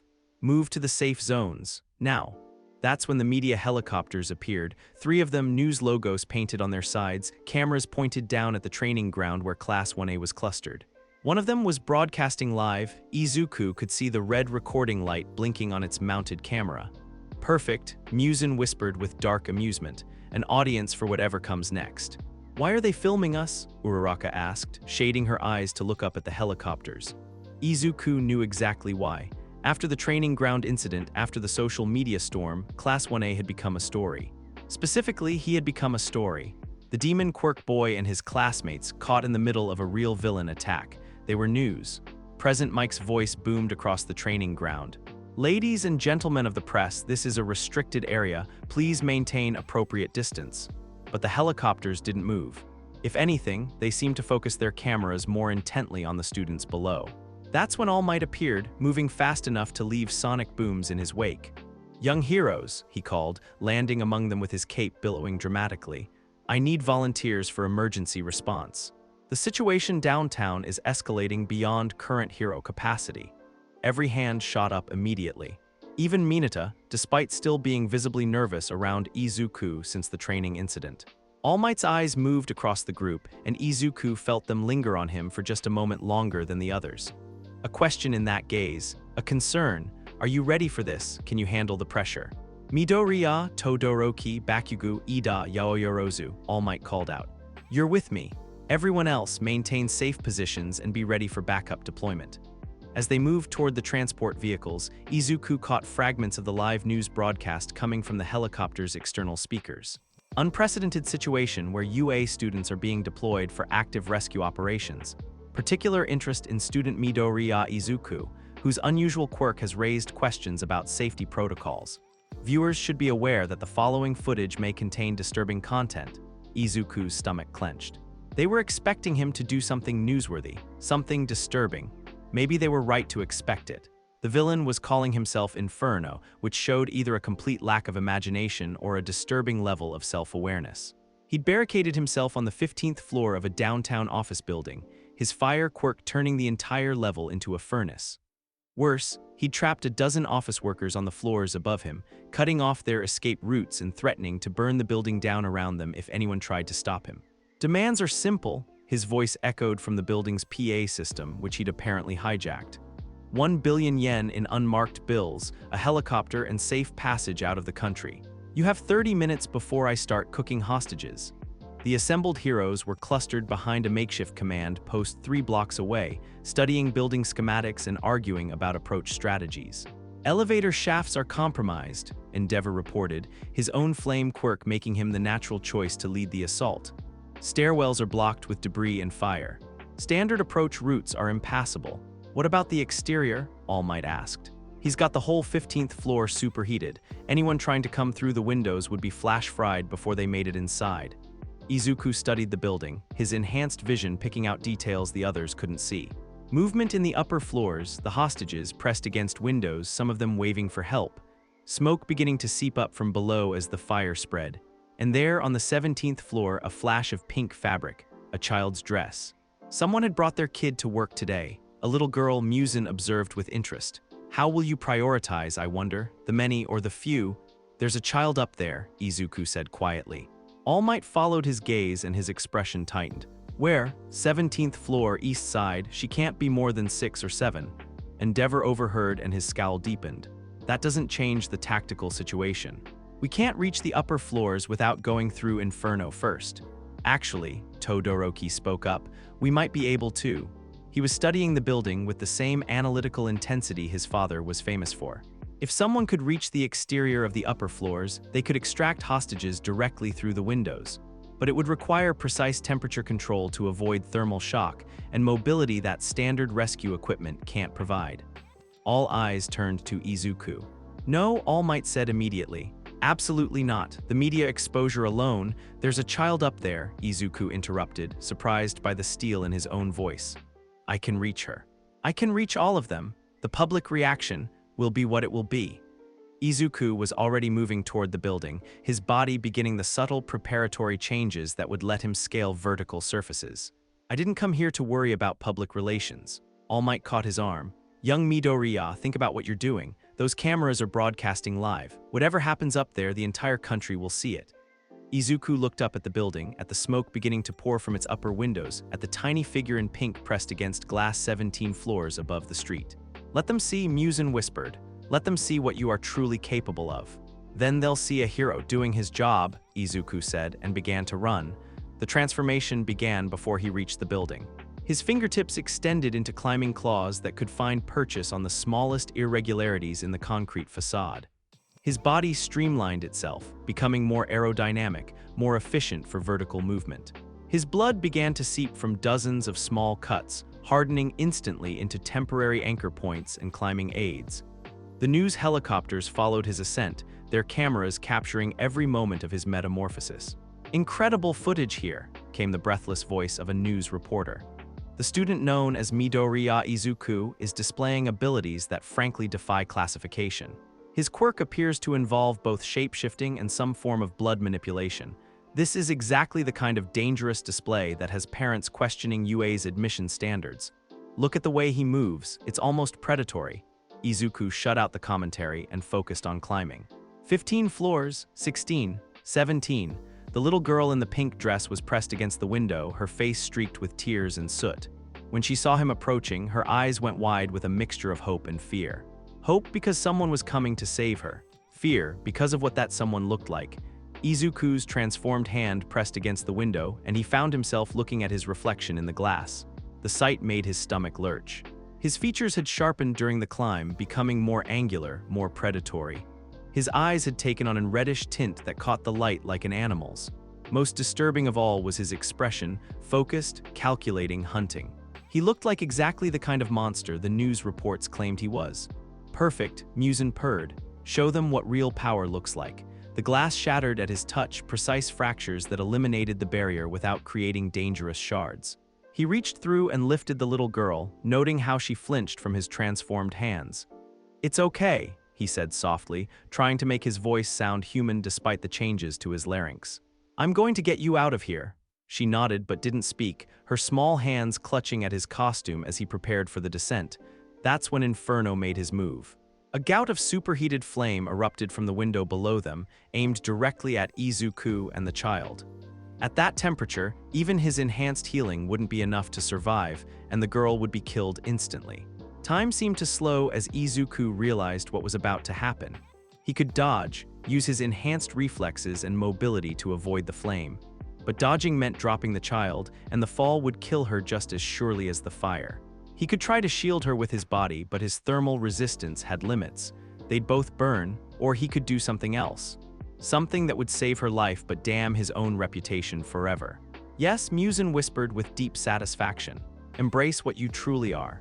Izuku's mouth opened wider than any human mouth should, revealing rows of sharp teeth that had no business existing in a hero's jaw. He breathed out, and what emerged wasn't air. It was blood. Crimson mist erupted from his transformed respiratory system, hardening instantly into a barrier that absorbed the flame attack completely. The blood shield held for exactly long enough to protect them both, then crumbled into harmless ash. But the cameras had caught every second of it.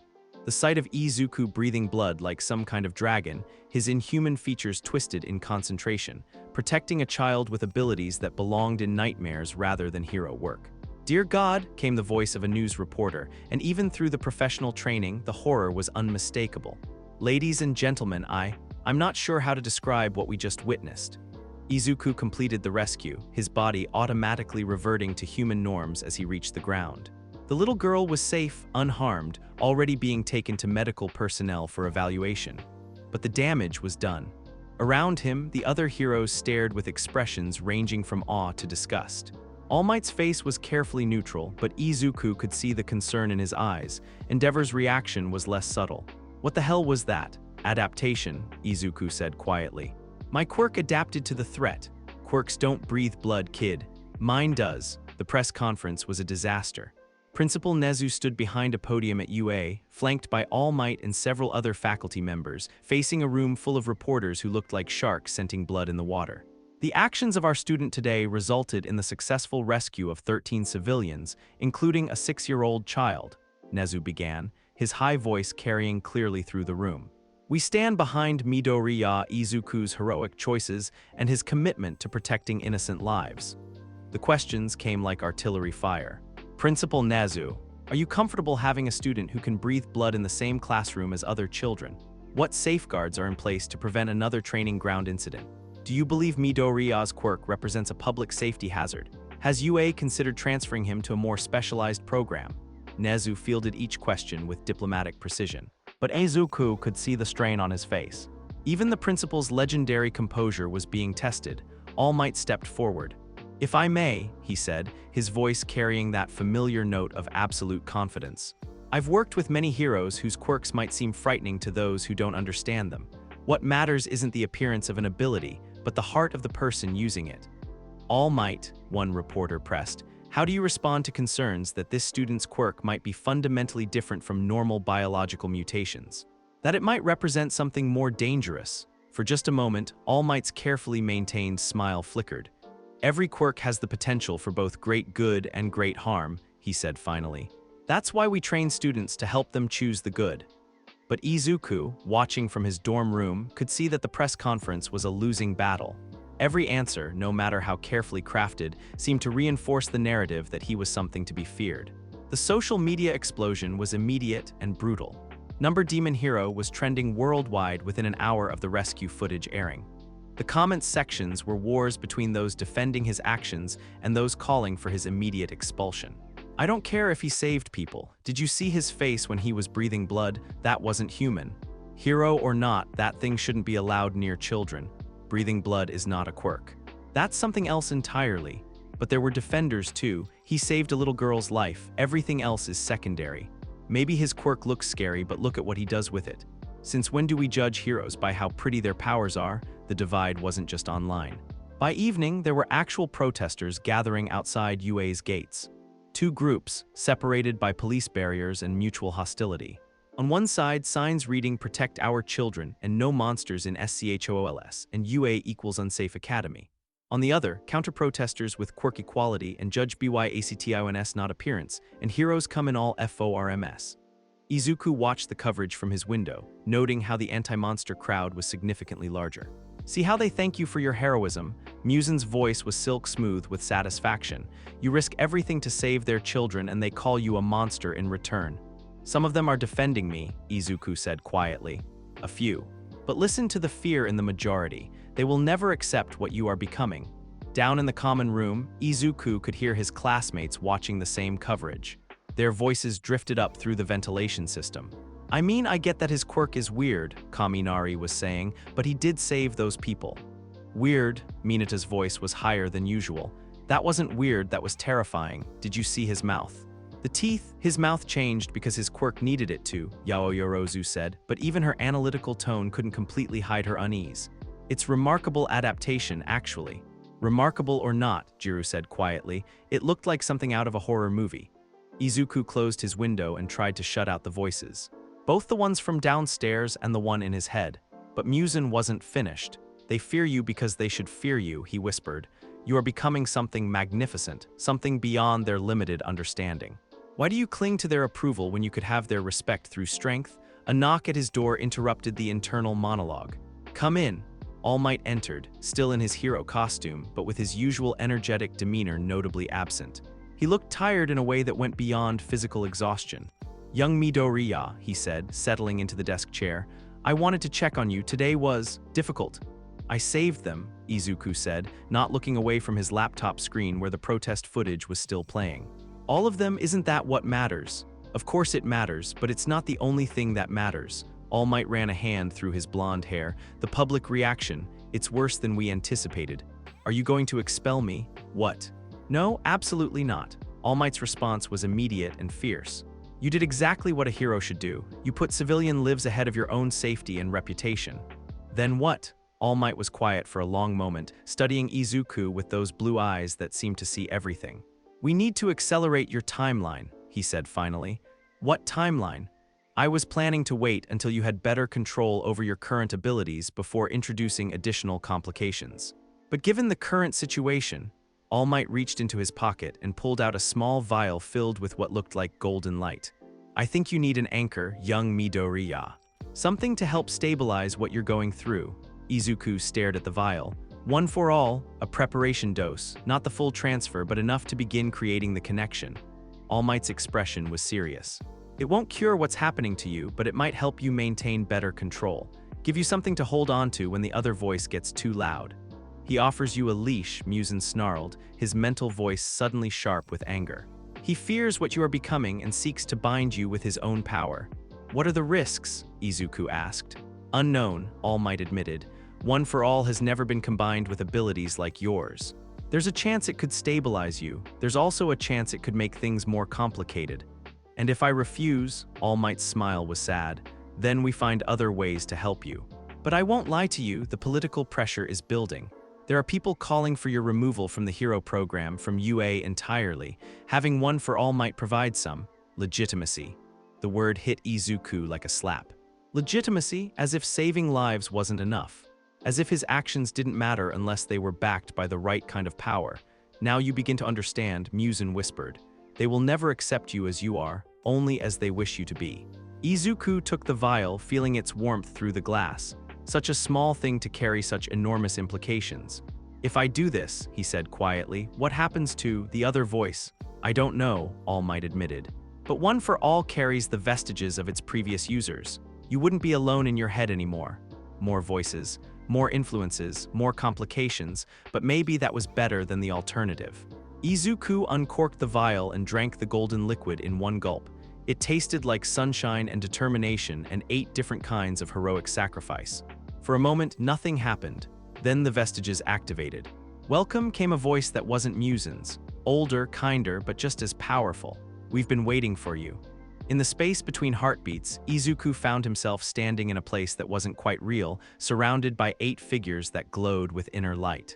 And there, lurking in the shadows at the edge of their gathering, was a 9th figure. Pale, elegant, with eyes like burning coals. "So Muzan said," his mental voice carrying into the vestige space, "I am no longer alone in this boy's mind." How interesting, the confrontation between One for All's vestiges and Muzan's influence was about to begin, and Izuku was caught in the middle. The vestige space felt like standing inside a constellation. Izuku found himself on what looked like a platform made of crystallized starlight, surrounded by 8 figures that glowed with warm, golden energy. Each one was different ages, different eras, different kinds of heroism, but all of them shared the same fundamental quality. They had given everything they had to protect others.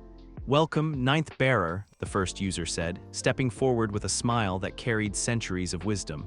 "We are the vestiges of One for All, the echoes of those who came before." But even as he spoke, the shadows at the edge of the platform began to writhe and coalesce. Something else was taking shape, something that definitely wasn't made of starlight. Muzan Kibutsuji emerged from the darkness like a nightmare-given form, his pale perfection a stark contrast to the warm humanity of the OFA vestiges. Red eyes surveyed the assembled heroes with the calculating gaze of a predator evaluating threats. "How quaint," Muzan said, his voice carrying easily across the impossible space.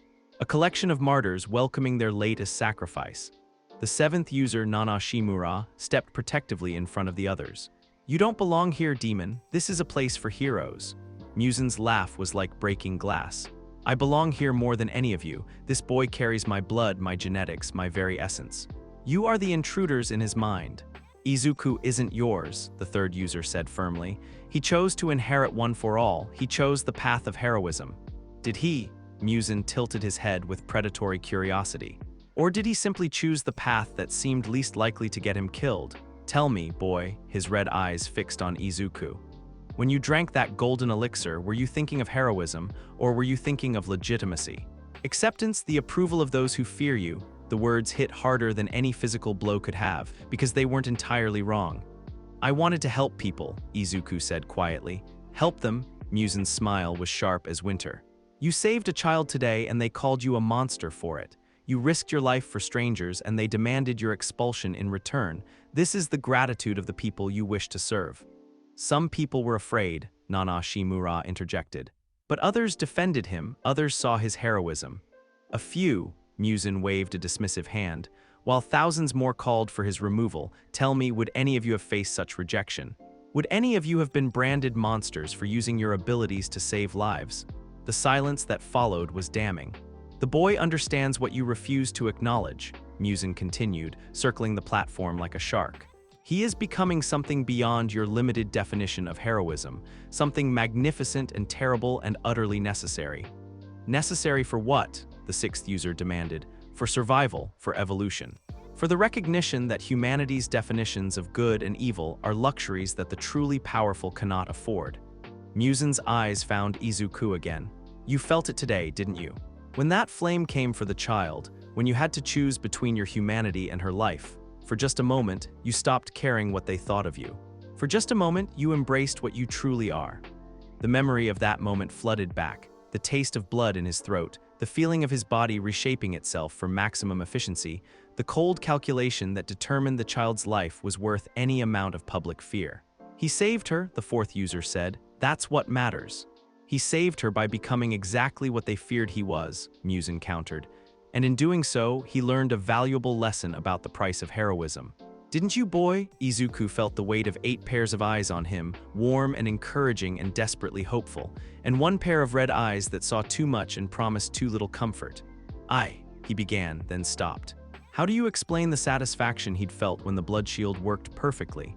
The pride in his body's adaptation, the way it had felt right to use every advantage he possessed to save a life. You felt powerful, Muzan said softly. You felt efficient. You felt like exactly what you were meant to be. Power without restraint is meaningless, Nana Shimura said firmly. True strength comes from choosing to limit yourself to serve others even when it's difficult. Pretty words, Muzan replied, but this boy has seen what serving others earns him.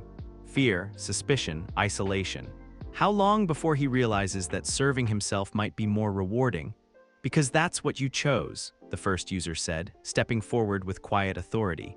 You chose yourself over everyone else, and look what it made you. A creature so consumed by its own preservation that it lost everything that made it worth preserving. For the first time since appearing, Muzan's composure cracked slightly. I chose survival. I chose to embrace what I was rather than pretend to be something weaker, and I thrived for centuries while lesser beings withered and died. You existed, the 8th user corrected. That's not the same as living. And what would you know about living? Muzan's voice carried the chill of winter storms. You gave your life away to a cause that ultimately failed. Every one of you died for principles that the next generation forgot. What legacy is that? The legacy, All Might's voice said as his vestige materialized among them, of making the world a little better than we found it. Muzan turned toward the newest arrival with interest. The symbol of peace himself. How fitting that you should arrive just as your successor learns the true cost of heroism. Young Midoriya, All Might said, ignoring Muzan entirely, I want you to understand something. The path we're offering you isn't easy. It never has been, but it's worthy. Worthy of what? Izuku asked, his voice small in the vast space. Worthy of being feared by the people I'm trying to protect. Worthy of being called a monster for saving lives. Worthy of being able to look at yourself in the mirror, Nana Shimura said gently. Worthy of knowing that when you had to choose between power and principle, you chose principle. Even when principle gets you expelled, Izuku asked. Even when it makes you an outcast? Especially then, the first user said, because that's when the choice actually matters. Muzan clapped his hands slowly, the sound echoing strangely in the vestige space. Beautiful sentiment. Truly inspiring, and utterly worthless in the face of reality. Boy, let me show you what their path leads to. The space around them shifted, and suddenly Izuku could see possibilities, futures that might be. Images flashed past. Izuku graduating from UA, working as a hero, saving lives. But in each image, the fear never faded. The whispers never stopped. The isolation never ended. He saw himself growing older, more powerful, more alone, until finally he was just a tool that society used when convenient and locked away when not. This is the future their heroism offers you, Muzan said. A lifetime of service to those who will never accept you, a lifetime of restraining yourself for the comfort of inferiors. Then the images changed. Izuku saw himself embracing his full potential. Saw his classmates not just accepting him but following him. Saw villains fleeing at the mere mention of his name. Saw a world where power was respected rather than feared, where the strong protected the weak not out of altruism but out of natural order. And this is what awaits if you stop apologizing for what you are, Muzan continued. Respect, authority, the acknowledgement you deserve. Built on fear, All Might said quietly. Built on truth, Muzan countered. The truth that strength matters more than sentiment. Izuku stood at the center of it all, feeling like he was being torn apart by competing gravitational forces. On one side, the warm, steady pull of heroism, difficult but noble. On the other, the seductive attraction of power, easier and more immediately satisfying. I don't want to hurt people, he said finally. Then don't, Muzan said simply. Use your strength to protect those worth protecting, but don't pretend that your enemies deserve the same consideration as your allies. Don't handicap yourself with the fiction that all lives have equal value. All lives do have equal value, the second user said firmly. Do they? Muzan's smile was razor sharp. Does the life of a child killer have the same value as the child? Does the life of someone who would destroy society have the same value as those who build it? Your principles sound noble, but they crumble the moment they encounter reality. The philosophical debate raged around Izuku, each side making points that cut deep into his understanding of heroism and morality. But underneath it all, he could feel something else happening. The powers were trying to integrate. One for All's energy was flowing through him, warm and strengthening, trying to create connections with his existing abilities. But those abilities were rooted in something darker, something that responded to different impulses entirely. The result was chaotic. His enhanced healing began to fluctuate wildly, too fast, then too slow, then fast again. His shape-shifting abilities became unstable, random changes rippling across his body without conscious control. Most concerning of all, his blood began to move independently, seeping from small cuts and forming patterns on the platform floor. The integration is unstable, the fourth user observed with clinical concern. His existing abilities are incompatible with our power structure. Not incompatible, Muzan corrected. Simply more complex than your simple minds can process. Watch. With a gesture from the demon, Izuku's chaotic abilities suddenly stabilized. The random shapeshifting stopped. The healing factor found a steady rhythm. Even the blood patterns became geometric, almost artistic. You see, Muzan said to the assembled vestages, I understand him in ways you never could. His power responds to my guidance because it recognizes its source. But as soon as Muzan's influence took control, something else happened. The warm presence of One for All began to fade, pushed out by the cold efficiency of demonic power. No, Izuku said suddenly, his voice carrying across the vestige space with unexpected authority. That's not right either. Both sides of the conflict turned toward him with surprise. Neither of you understands, Izuku continued, feeling more certain with each word. Muzan, you want me to stop caring about people who aren't useful to me, but caring about everyone is what makes me want to be a hero in the first place. He turned toward the OFA vestages. And you want me to pretend that my abilities aren't dangerous, that I can use them the same way any normal hero uses their quirk. But that's not true either. What I am becoming is dangerous. Ignoring that doesn't make it less real. The platform beneath them began to change, responding to Izuku's growing certainty. Instead of pure light or shadow, it became something else, dawn colors, the moment where darkness and light exist together without canceling each other out. I'm not going to choose between you, Izuku said. I'm going to choose my own path. Muzan's expression shifted to something like respect. And what path is that, boy? The path where I use everything I am, including the scary parts, to protect people. Where I don't apologize for being powerful, but I don't forget why I wanted to be powerful in the first place. Izuku looked directly at each vestige in turn.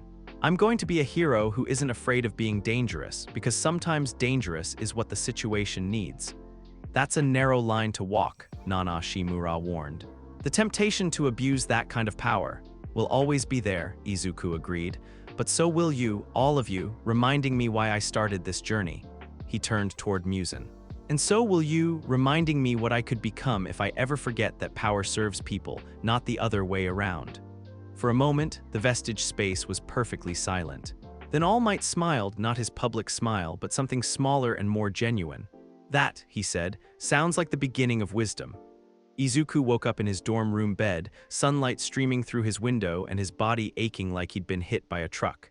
The integration had worked, after a fashion. He could feel One for All's presence now, a warm counterpoint to the cold voice that had been his only mental companion for weeks. But it wasn't the simple power boost he'd been expecting. It was more like having a council of advisors living in his head, some encouraging, some cautioning, one actively trying to corrupt him, all offering their perspectives on every decision he made. Interesting solution, Muzan observed, his mental voice carrying a note of genuine approval. Rather than choosing a side, you chose to make both sides serve your purposes. Perhaps there is more of me in you than I thought. Don't listen to him, Nana Shimura's vestige warned. He'll twist everything you do to fit his worldview. Both of you need to calm down, All Might's presence interjected. This is going to take some adjustment for everyone. Izuku rubbed his temples, wondering if he'd made a terrible mistake. Having one voice in his head had been challenging enough. Now he had 9, all with different opinions about how he should live his life. A knock at his door interrupted his internal debate. Come in. He expected to see All Might or maybe Aizawa checking on the integration. Instead, Uraraka peeked her head around the door, carrying a tray loaded with food. Hey, she said softly. I brought breakfast. I thought you might be hungry. The tray held enough food for 3 people, which, given his enhanced metabolism, was probably about right for one meal. You don't have to, Izuku started. I know I don't have to, Uraraka interrupted, setting the tray on his desk. I want to, we're friends, aren't we? The word hit him like a physical force. After days of isolation, of eating alone, of watching his classmates give him space he didn't want, someone was offering friendship. Even after everything that's happened. The training incident, the media coverage, all of it. Uraraka sat on the edge of his bed, her expression serious but not unkind. Especially after all of that. Deku, I saw what you did yesterday. You saved people.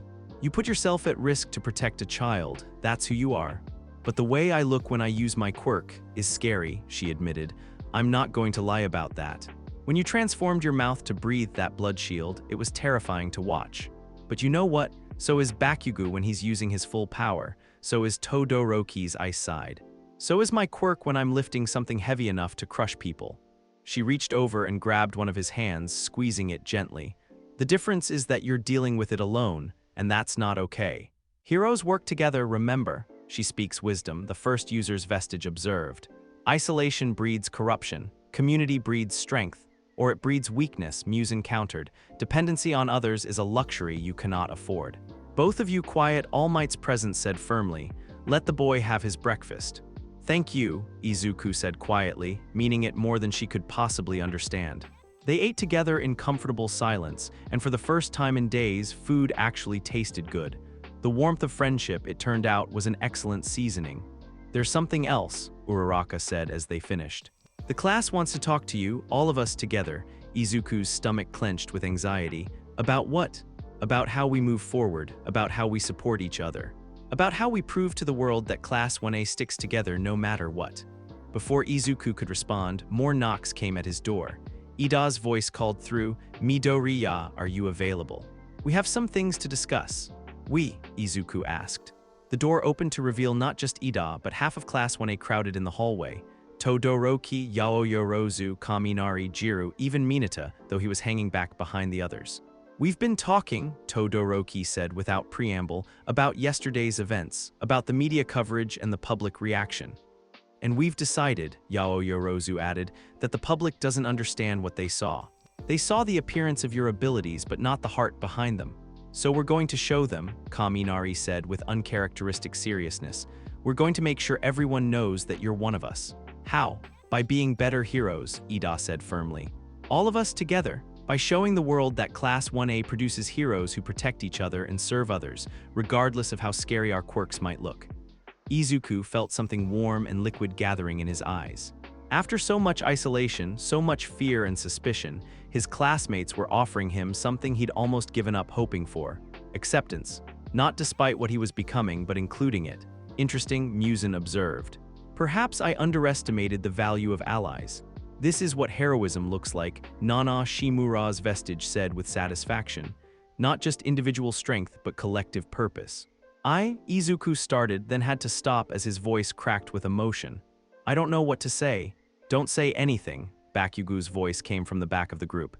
He pushed through the others with his usual lack of patience. Just don't screw it up, Deku, because if you make the rest of us look bad by association, I'll kick your ass myself. It was probably the most supportive threat Izuku had ever received. Besides, Bakugo continued with a sharp grin, someone has to keep an eye on you. Make sure all those voices in your head don't convince you to do something stupid. Izuku stared at him. How did you, please? You think I don't know what it looks like when someone's fighting internal battles? I've been watching you argue with yourself for weeks. The observation was uncomfortably accurate, but also strangely reassuring. So what happens now? Izuku asked.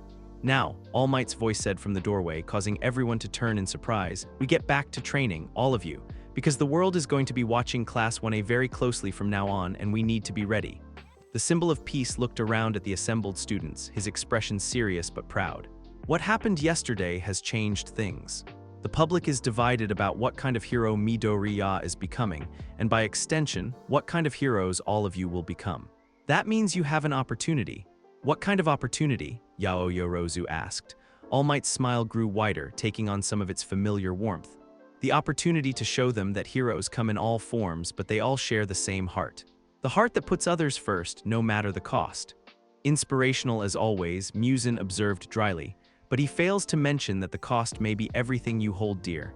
The cost is always high, the first user replied. That's what makes the choice meaningful.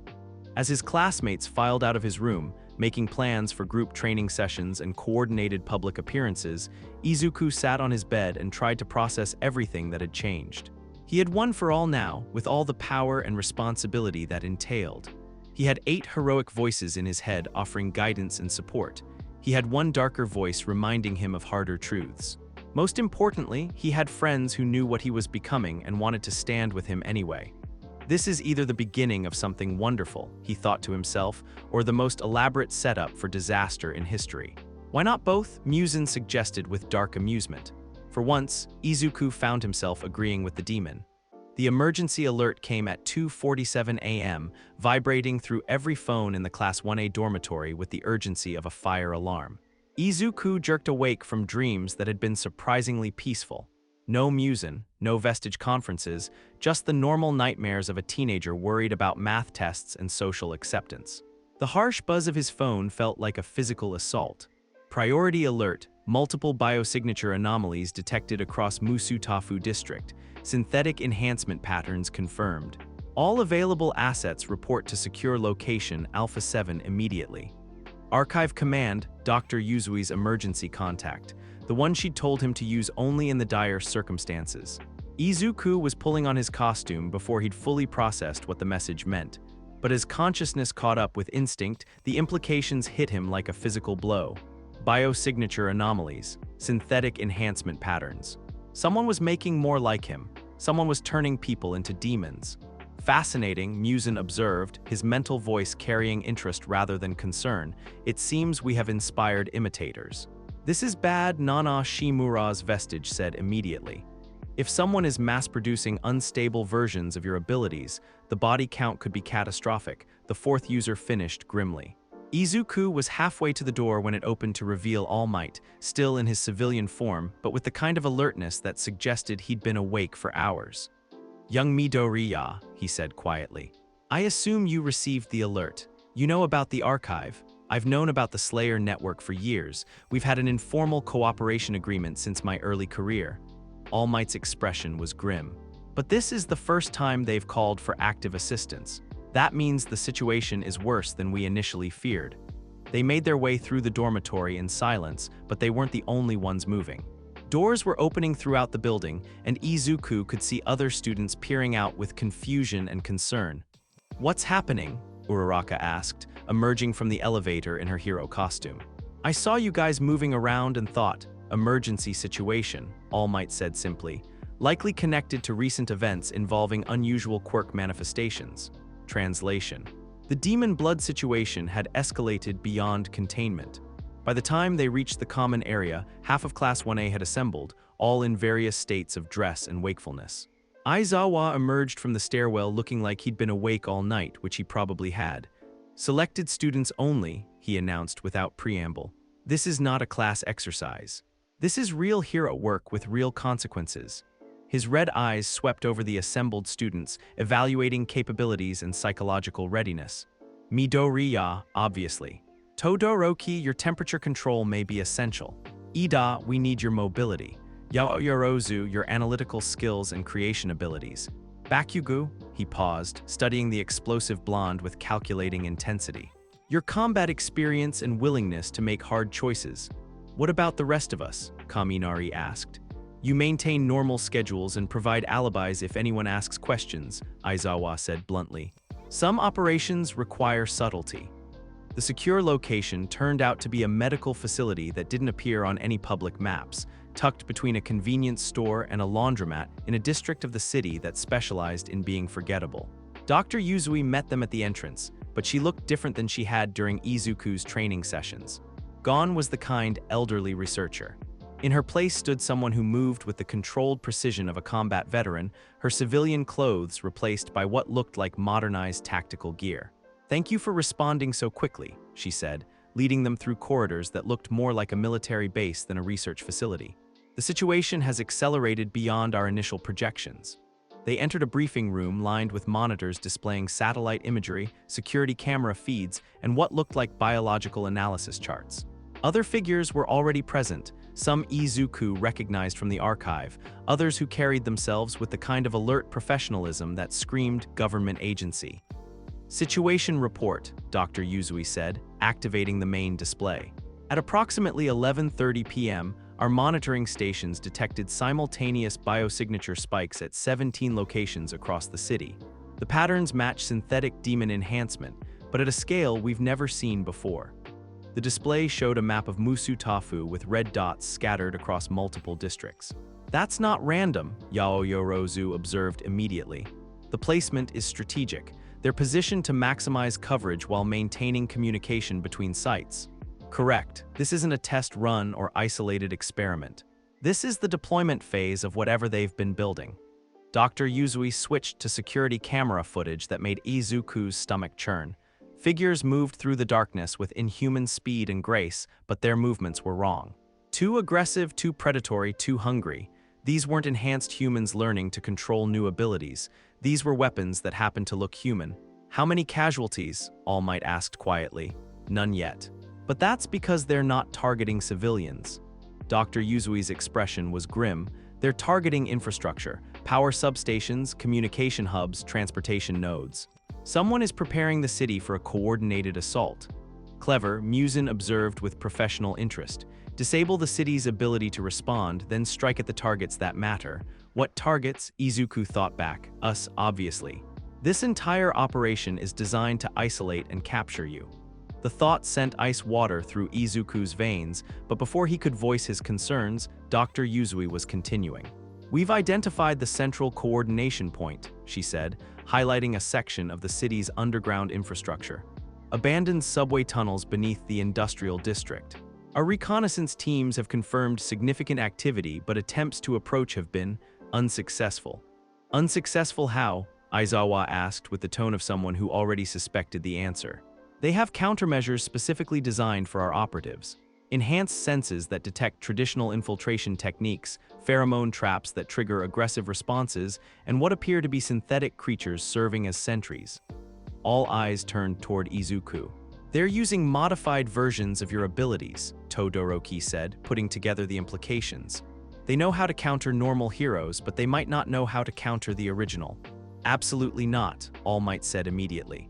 "I won't authorize sending a student into that kind of situation." "With respect, All Might," Dr. Yuzui said carefully, "this isn't a UA operation, and if we don't stop this tonight, there won't be a city left to protect by morning." She activated another display, this one showing analysis of the synthetic demon blood that had been recovered from previous incidents. "The enhancement formula is unstable. The artificial demons we're seeing tonight have maybe 6 hours before their cellular structure begins to break down. But if they complete their mission, if they create the conditions for mass deployment, they won't need to survive long. They just need to clear the way for something bigger." "What kind of something bigger?" Bakugo asked, though his tone suggested he wasn't sure he wanted to know. Dr. Yuzui's answer was quiet and terrifying. "An army that doesn't have time constraints." The plan was simple in concept and nightmarish in execution. A small team would infiltrate the underground facility while the synthetic demons were deployed across the city. Izuku would provide biological detection capabilities and serve as the primary counter to any enhanced opponents they encountered. The others would handle reconnaissance, extraction, and facility neutralization. "Remember," Dr. Yuzui said as they prepared to deploy, "these aren't people anymore. The synthetic enhancement process is irreversible and inevitably fatal. Anyone you encounter down there is already dying. Your job is to prevent them from taking others with them." "How refreshingly honest," Muzan observed. "None of the usual heroic pretense about saving everyone. That doesn't make it easier," Nana Shimura's vestige replied sadly. The entrance to the abandoned subway system was hidden beneath a maintenance shed that looked like it hadn't been opened in decades. But when Dr. Yuzui produced a keycard that definitely hadn't come from any municipal authority, the door opened to reveal stairs descending into darkness that felt actively hostile. "Motion sensors are offline," Yao Yorozu reported, checking a handheld device. "But there are definite heat signatures moving in the tunnels below." "How many?" Ida asked. "I count at least 15. Possibly more. The readings are fluctuating in ways that don't match normal human biology." They descended in formation. Dr. Yuzui taking point with the kind of silent footwork that spoke of decades of practice, followed by Aizawa and All Might, then the students in a protective cluster. The abandoned subway tunnels were exactly as claustrophobic and unsettling as Izuku had expected. Emergency lighting cast strange shadows on walls covered in decades of grime. and the air carried scents that his enhanced senses identified as rust, decay, and something organic that had been dead for a very long time. But underneath those familiar underground smells was something else. Something that made every instinct he possessed scream warnings. Territory markers Muzan identified with distaste, crude attempts at pheromone communication. Whoever is making these creatures understands the biological imperatives, but not the subtlety. They'd been walking for maybe 10 minutes when Izuku caught the first clear scent of what they were looking for. Blood. Fresh blood, human blood, and a lot of it. This way, he whispered, following his nose toward a side tunnel that branched off from the main route. Something's wrong down there. The side tunnel opened into what had once been a maintenance area, but had been converted into something that belonged in a horror movie. Surgical tables, monitoring equipment, and tanks filled with liquid that glowed with the same sickly luminescence they'd seen in the synthetic demon blood samples. And bodies. Dozens of them in various stages of what couldn't generously be called enhancement. Some were clearly failures, twisted remains that had rejected the modifications and died in agony. Others were more successful, but successful in ways that made Izuku wish they'd failed instead. Abominations, Muzan snarled with genuine anger. They take my gift and corrupt it into this mockery. Dear God, All Might breathed, surveying the carnage with the expression of someone whose faith in humanity had just taken a serious hit. This is why we couldn't wait for official authorization, Dr. Yuzui said quietly. By the time the proper channels approved intervention, this would have been happening in every major city. Yaoyorozu was already documenting everything, her analytical mind cataloging evidence even as her face grew pale with horror. The surgical techniques are sophisticated, but the results suggest they don't fully understand the biological processes they're manipulating. How many do you think they've processed? Todoroki asked. Before anyone could answer, the lights went out. Emergency lighting kicked in a moment later, bathing everything in hellish red illumination. But in that moment of darkness, something had changed. They weren't alone anymore. Interesting, a woman's voice said from somewhere in the shadows. I was expecting Slayer operatives. I wasn't expecting the original specimen to deliver himself. Bloodhound stepped into the light, but she looked different than she had during the League meetings.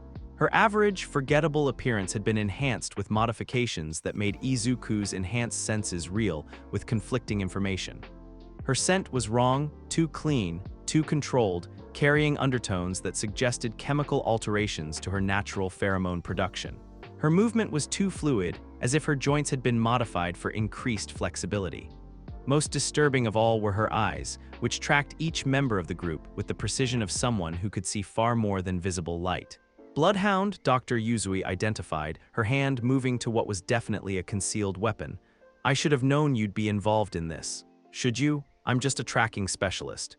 But then again, you people have always been better at killing than understanding. Bloodhound's smile was sharp and predatory. Tell me, Midoriya Izuku, do you know what you really are? The question was directed at Izuku, but before he could respond, something began happening to the air around them.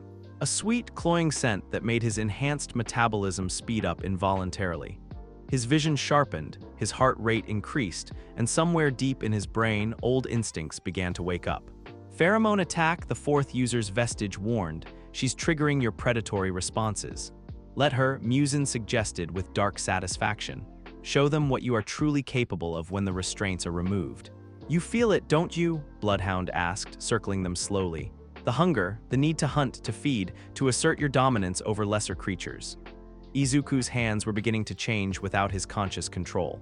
His fingernails were lengthening, sharpening, and he could feel his canine teeth extending into something more suited for tearing than chewing. Midoriya, Aizawa said sharply, fight it. This is artificial. It's not you, but Bloodhound laughed. Isn't it? Every enhancement we've created is based on his genetic template. Every instinct we've programmed into our soldiers comes from studying his cellular memories. This is exactly who he is when he stops pretending to be human. The pheromone concentration was increasing, and with it, Izuku's transformation was accelerating. His body was reshaping itself for maximum predatory efficiency. Longer limbs, enhanced musculature, sensory organs that could track prey across miles.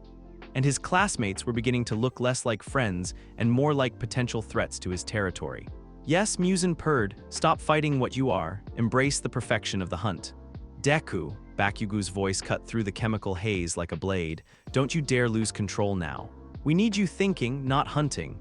The sound of his childhood nickname, spoken with Bakugo's particular brand of aggressive concern, cut through the artificial instincts like a lifeline. Izuku grabbed onto it, using his friend's voice as an anchor to pull himself back from the edge of complete transformation. But it was too late to stop entirely. When the change stabilized, he looked more like Muzan than like himself. Pale skin, sharp features, eyes that reflected light like a cat's. His body had become something optimized for violence, and every movement carried the fluid grace of an apex predator. His classmates stared at him with expressions ranging from awe to terror. "There we go," Bloodhound said with satisfaction. "Now you look like what you actually are." "I know what I am," Izuku said, and his voice carried harmonics that shouldn't have been possible with human vocal cords. "But I also know who I choose to be." He moved. Not toward Bloodhound, though every instinct screamed at him to eliminate the threat. Instead, he moved toward his friends, placing himself between them and the pheromone source. "Everyone out," he said without looking away from Bloodhound. "I'll handle this." "We're not leaving you," Ida started. "You're not equipped for this," Izuku interrupted. "She's designed these pheromones specifically to trigger responses in people with my biology. Being near me right now is dangerous for all of you." "Smart boy," Muzan observed. "Protect your resources while eliminating the threat." "Protect your friends while handling the danger," Nana Shimura corrected. The philosophical difference mattered less than the practical result. Bloodhound had expected him to lose control, to become a threat to his own team. Instead, he was using his enhanced state to shield them while maintaining enough rational thought to coordinate their withdrawal. "Fascinating," Bloodhound murmured. "The integration is far more stable than our models predicted. Tell me, what did they give you to achieve that kind of control?" "Friends," Izuku said simply. Then he attacked. The fight was brief, vicious, and entirely one-sided. Bloodhound was enhanced, but her modifications were crude compared to Izuku's natural capabilities. She was fast, but he was faster. She was strong, but he was stronger. Most importantly, she was operating on artificial instincts, while he had centuries of genetic memory guiding his movements. The battle ended with Bloodhound pinned against the wall, Izuku's transformed hand around her throat, and his other hand poised to deliver a killing blow. "Where is Dr. Akuma?" he asked, his voice carrying the kind of quiet menace that made hardened criminals confess their crimes. "Gone," Bloodhound gasped. "Evacuated hours ago when we detected archive surveillance." "Where? I don't know." "Above my clearance level." Izuku's grip tightened slightly. "What's the target? What are you really after?" Bloodhound's smile was bloody but triumphant. "You. All of this was designed to force you into a controlled environment where we could collect samples without interference." The admission hit him like a physical blow. This entire operation, the synthetic demons, the infrastructure attacks, the underground facility, all of it was an elaborate trap designed around him. "Of course it was," Muzan observed with dark satisfaction. "You are the prize. Everything else is expendable." "How many people died for your samples?" Izuku asked. "How many do you want to save?" Bloodhound countered. "Because right now, 17 facilities across the city are preparing to release unstable demon soldiers into populated areas. The only way to stop them is with the shutdown codes that Dr. Akuma took with him." Izuku could hear his classmates approaching, drawn back by the sounds of combat. In moments, they'd see him holding a defeated enemy, transformed into something that looked more monster than hero. He could end it now. Snap Bloodhound's neck and eliminate one source of the threat. It would be efficient, practical, and completely in line with what Muzan was suggesting. "Do it," the demon whispered. "End the threat permanently." "There has to be another way," Nana Shimura argued. "Heroes don't execute defeated opponents. Heroes also don't let monsters loose on innocent people," the sixth user pointed out grimly. In the end, the choice was made for him. Bloodhound's hand, hidden from his view, activated something that sent electric shocks through her entire body. Not enough to kill her, but enough to trigger a dead man switch built into her enhancements. "Facility self-destruct initiated," an automated voice announced. "Evacuation in 60 seconds. Bloodhound's smile widened even as blood ran from her mouth. "Choose quickly, monster boy. Save your friends or chase after information you'll never catch." Izuku released her and spun toward his approaching classmates. "Everyone out, now!" The evacuation was chaos. They ran through tunnels that were already beginning to fill with smoke and the sound of structural collapse. Emergency lighting was failing, leaving them to navigate by the glow of Todoroki's ice and the sparks from damaged electrical systems. Behind them, they could hear the sounds of the facility destroying itself, explosions, falling concrete, the hiss of chemical fires consuming evidence.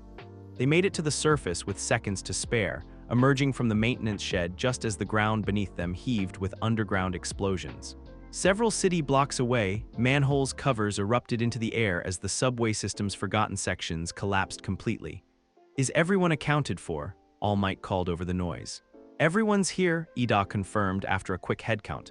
"But the facility is gone, along with most of the evidence," Dr. Yuzui said grimly. She was speaking into a communication device, coordinating with other teams across the city. "But we got enough. Genetic samples, equipment specifications, structural analysis. It'll be enough to identify other facilities." "What about the 17 locations Bloodhound mentioned?" Yao Yorozu asked. Dr. Yuzui's expression grew even more grim. Simultaneous raids in progress, but without the shutdown codes. She listened to something in her earpiece, then looked directly at Izuku. "We're going to need your help with containment. The synthetic demons are active, and conventional heroes aren't equipped to handle them." Izuku looked down at his hands, which were still partially transformed from the pheromone attack. Sharp-clawed things that looked more like weapons than tools for saving people. "This is what you were made for," Muzan observed. "Not to be accepted, but to be necessary." Maybe he was right. Maybe acceptance was less important than utility. But as Izuku looked around at his classmates, tired, scared, but still standing with him, he realized that maybe he'd been asking the wrong question all along. Maybe it wasn't about whether they accepted what he was becoming.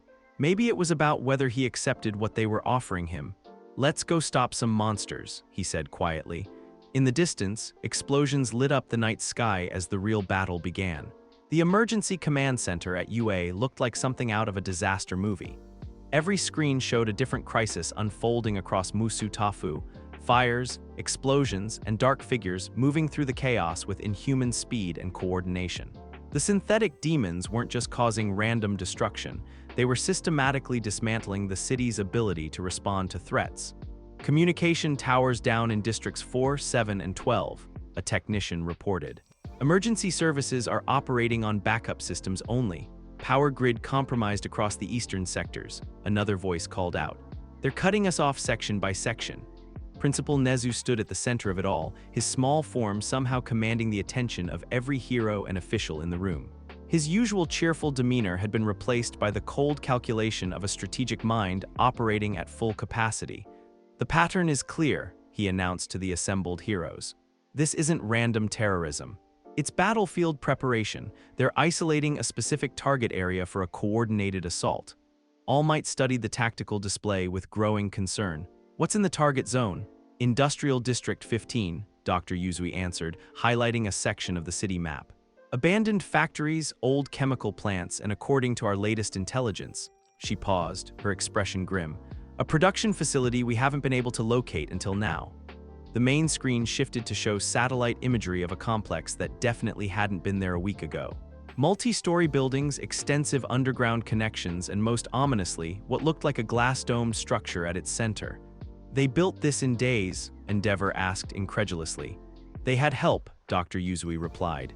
"Quirks that can manipulate matter at the molecular level, enhanced construction capabilities, and apparently unlimited funding. Someone has been planning this for months." Izuku studied the facility layout, his enhanced vision picking out details that bothered him. "The glass dome," he said quietly, "it's positioned to catch the sunrise directly." All eyes turned toward him. "What's the significance?" Nezu asked. "UV exposure," Izuku explained, his stomach dropping as the implications became clear. "My biggest weakness, if they position that facility to maximize sunlight during the dawn hours. It's a trap," All Might finished. "Designed specifically to neutralize your abilities." "How thoughtful of them," Muzan observed with dark amusement. "They understand us better than I gave them credit for." "This is exactly what they want," Nana Shimura's vestige warned. "They're trying to force you into an impossible choice." "There's more," Dr. Yuzui continued, switching to thermal imagery. "We've detected approximately 30 heat signatures inside the facility, but the readings are unusual." The thermal display showed human-shaped figures, but their body temperatures were fluctuating in ways that didn't match normal physiology. "Failed experiments," Izuku realized with horror. "They're using the people who didn't survive the enhancement process as hostages." "Some of them might still be savable," Dr. Yuzui said carefully. "If we can get to them before the cellular breakdown becomes irreversible." How long do they have? Yaoyorozu asked. Hours, maybe less. The weight of that timeline settled over the command center like a physical presence. 30 people dying slowly, being used as bait in a trap designed to capture or kill Izuku. I'll go, he said immediately. Alone, it's me they want anyway. Absolutely not, All Might said firmly. Young Midoriya, I understand your desire to protect others, but nothing. Bakugo stepped forward, his palms already crackling with small explosions. If Deku's going into that death trap, then so are we. We, Todoroki asked, though his tone suggested he already knew the answer. Class 1A, Ida said, his voice carrying the authority of someone who'd made a decision and wouldn't be swayed. We stick together. One by one, his classmates stepped forward, Uraraka with determination written across her face. Yaoyorozu already analyzing the tactical challenges. Even Mineta, despite his obvious fear, took his place with the others. This isn't a training exercise, Aizawa warned. These are real enemies with real killing intent. Some of you could die, some of us could die in any hero operation, Yaoyorozu replied calmly. That's the nature of the job we've chosen. Besides, Kaminari added with a grin that was only slightly forced, someone has to keep an eye on Midoriya. Make sure he doesn't do anything stupidly heroic. How touching, Muzan commented. They offer to die alongside you. Such noble stupidity. That's not stupidity, the first user's vestige replied firmly. That's heroism. All Might looked around at the assembled students, then at the facility schematic, then at the clock that showed dawn was still 3 hours away. If we're doing this, he said finally, we do it right. Full tactical coordination, multiple contingency plans, and every safety measure we can implement. And if the UV exposure becomes too much? Dr. Yuzui asked quietly. The question hung in the air like a sword. Everyone in the room knew what she was really asking. What happens when Izuku's abilities start failing? What happens when the trap works as intended? Then we adapt, All Might said firmly. Heroes always find another way. The approach to Industrial District 15 felt like marching into hell. They moved through the pre-dawn darkness in small groups, using abandoned buildings and industrial infrastructure as cover. The air was thick with smoke from the various fires still burning across the city, and the acrid smell of chemical burns made even breathing feel dangerous. But underneath those obvious hazards was something worse. The scent of fear and pain, and something that Izuku's enhanced senses identified as cellular breakdown on a massive scale. The failed experiments are deteriorating faster than expected, Muzan observed clinically. Soon there will be nothing left to save. Status report, All Might whispered into his communicator. Eastern approach clear, Todoroki's voice came back. No movement detected, but thermal readings are spiking inside the main building. Western approach has activity, Ida reported. At least 6 hostiles patrolling the perimeter. Enhanced movement patterns confirmed. They know we're coming, Yaoyorozu concluded. The question is whether they're trying to keep us out or funnel us toward a specific entry point. Izuku crouched behind a concrete barrier, studying the facility with all of his enhanced senses. What he found wasn't encouraging. They're not just trying to funnel us, he said quietly. They're timing this. Look at the dome structure, it's oriented perfectly to catch the sunrise. In about an hour, that entire central area is going to be flooded with UV light. Can you handle that level of exposure? All Might asked. Izuku thought about the concentrated UV device Aizawa had used during his early testing, about the agony of cellular breakdown, and the way his abilities simply shut down under intense ultraviolet radiation. For a few minutes maybe, but not long enough to complete a rescue operation. Then we move fast, Bakugo said, his usual explosive confidence muted by the tactical reality. Hit them hard, grab the hostages, and get out before the sun comes up. It won't be that simple, a familiar voice said from behind them. They spun to find Bloodhound emerging from the shadows, but she looked different than she had in the underground facility. Her previous enhancements had been crude, obvious modifications. Now she moved with the fluid grace of someone whose body had been perfectly optimized for predation. Bloodhound, Dr. Yuzui said, her hand moving toward a concealed weapon. I thought you were killed in the facility collapse. Injured, Bloodhound corrected with a smile that showed too many teeth. But Dr. Akuma's medical capabilities are quite remarkable. He fixed everything that was broken and improved several things that weren't. She circled them slowly, her enhanced senses clearly tracking each member of the group with predatory precision. You know, she continued conversationally, I really should thank you, Midoriya. Your genetic template has been incredibly useful for our enhancement programs. Every improvement we've made, every successful modification, has been based on studying your cellular structure. She speaks truly, Muzan observed with interest. They have learned much from observing us. Which means, Bloodhound continued, that I know exactly how your abilities work. Your strengths, your weaknesses, your psychological triggers. The air around them began to change again, carrying the same pheromone cocktail that had triggered Izuku's transformation in the underground facility. But this time, the concentration was stronger, more targeted. I also know, Bloodhound said as her scent began affecting everyone in the group, that your protective instincts can be weaponized against you. The pheromones were designed to trigger aggressive responses in people with enhanced biology, but they were having unexpected effects on his classmates as well. Bakugo's usual explosive temper was ramping up to dangerous levels. Todoroki's normally perfect emotional control was beginning to fracture. Most concerning of all, they were all starting to look at each other with suspicion rather than trust. Clever, Yaoyorozu said through gritted teeth, though whether she was commenting on the tactic or fighting its effects was unclear. Chemical manipulation of group dynamics. Oh, it gets better, Bloodhound said with genuine enthusiasm. The pheromone mixture is specifically calibrated to trigger territorial responses. In about 30 seconds, you're all going to start seeing each other as potential threats rather than allies. Izuku could feel it happening, the slow dissolution of trust, the growing conviction that his classmates might turn on him at any moment. Worse, he could see the same suspicion growing in their eyes as they looked at him. Perfect, Muzan purred. Now you see them as they truly are, competitors, potential enemies, obstacles to be removed. Fight it, Nana Shimura's vestige urged. This isn't real, these are your friends. But the artificial instincts were strong, reinforced by weeks of social isolation and public fear. Part of him wanted to believe that this was just the pheromones revealing truths that had always been there. That's when Uraraka stepped toward him. Not away, toward. Despite the chemical manipulation flooding her system, despite the artificial fear and suspicion, she moved closer to him with the same determined expression she'd worn when bringing him breakfast in his dorm room. Deku, she said quietly, her voice carrying clearly despite the chaos around them. I know this is artificial. I know you're fighting it too, but we're stronger together, remember. Her hand found his, and the simple physical contact cut through the pheromone haze like a lifeline. The artificial suspicion didn't disappear, but it became manageable.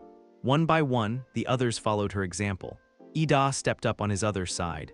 Todoroki created a small ice barrier that helped disperse the pheromone concentration. Bakugo started generating small explosions that burned the chemicals out of the air around them. Interesting, Bloodhound observed. Friendship as a counter to biological manipulation. How? Quaint, but her confidence was clearly shaken. The pheromone attack had been designed to isolate Izuku from his support system, to make him choose between his enhanced abilities and his human connections. Instead, his friends had chosen to stand with him despite the artificial fear. You know what the really frustrating thing is, Bloodhound continued, though her tone had shifted from confident to annoyed. Dr. Akuma specifically designed this facility to force that choice. Individual power versus collective weakness, the rational decision versus the emotional one. She gestured toward the facility, which was beginning to glow with pre-dawn light. In about 40 minutes, that dome is going to be flooded with enough UV radiation to shut down every enhanced ability you possess. Your friends can't help you with that. Your noble teamwork can't solve that problem. When the sun comes up, you'll have to choose, embrace what Muzan offers you, or watch 30 innocent people die while you writhe in agony.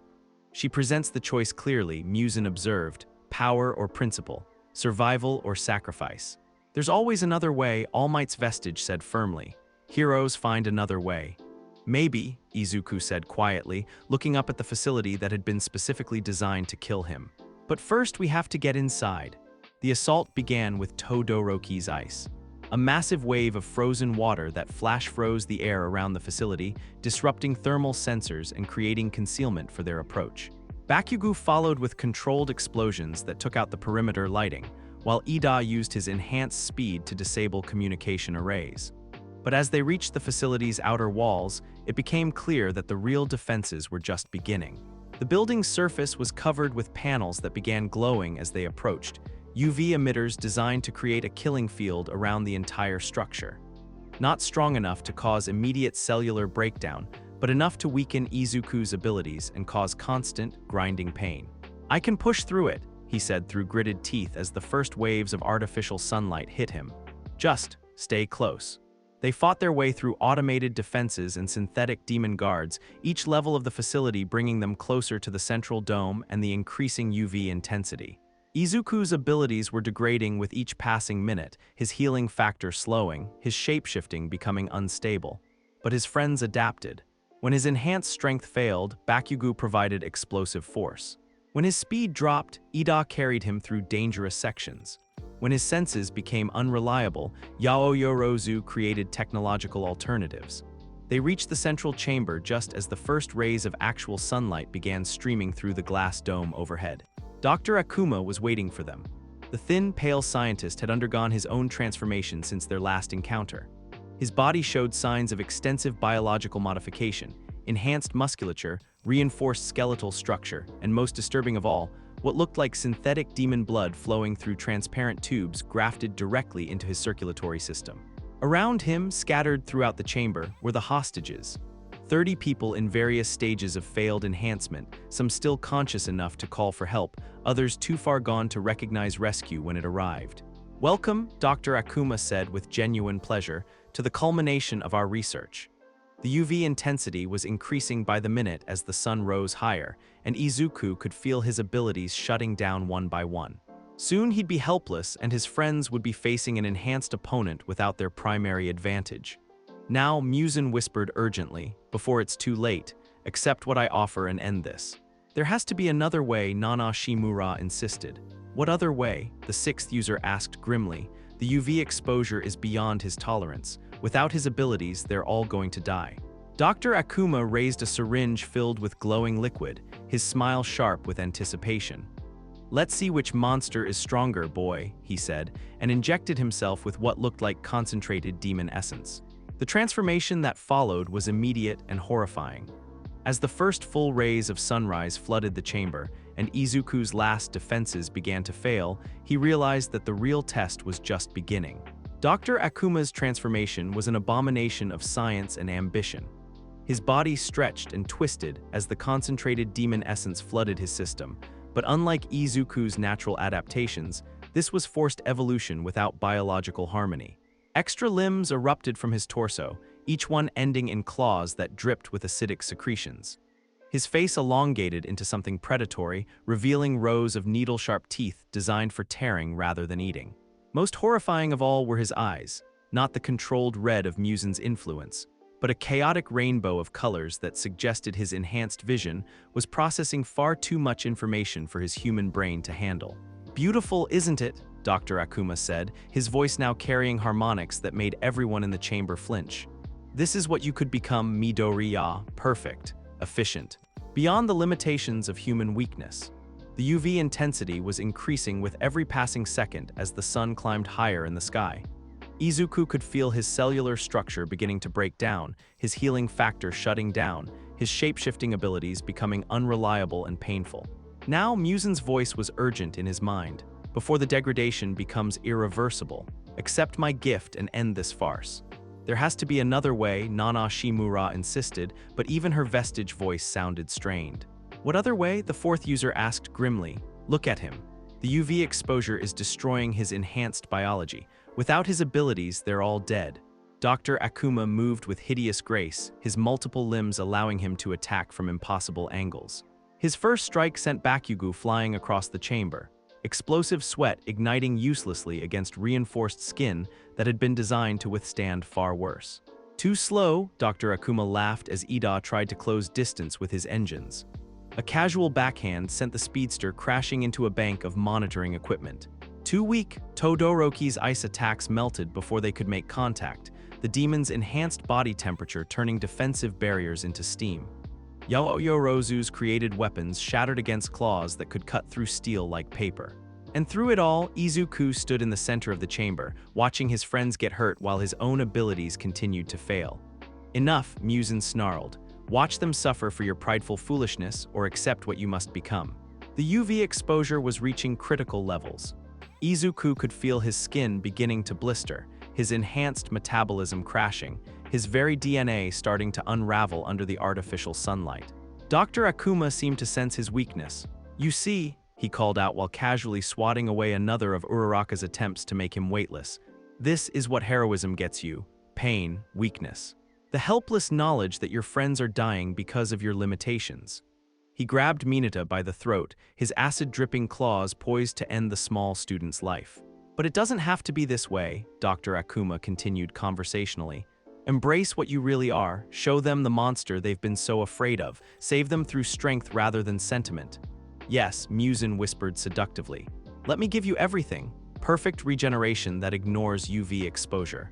Strength beyond measure, the power to end this instantly and save everyone you care about. For a moment, just a moment, Izuku considered it. The vestige space opened around him, and he found himself standing once again on that platform of crystallized starlight.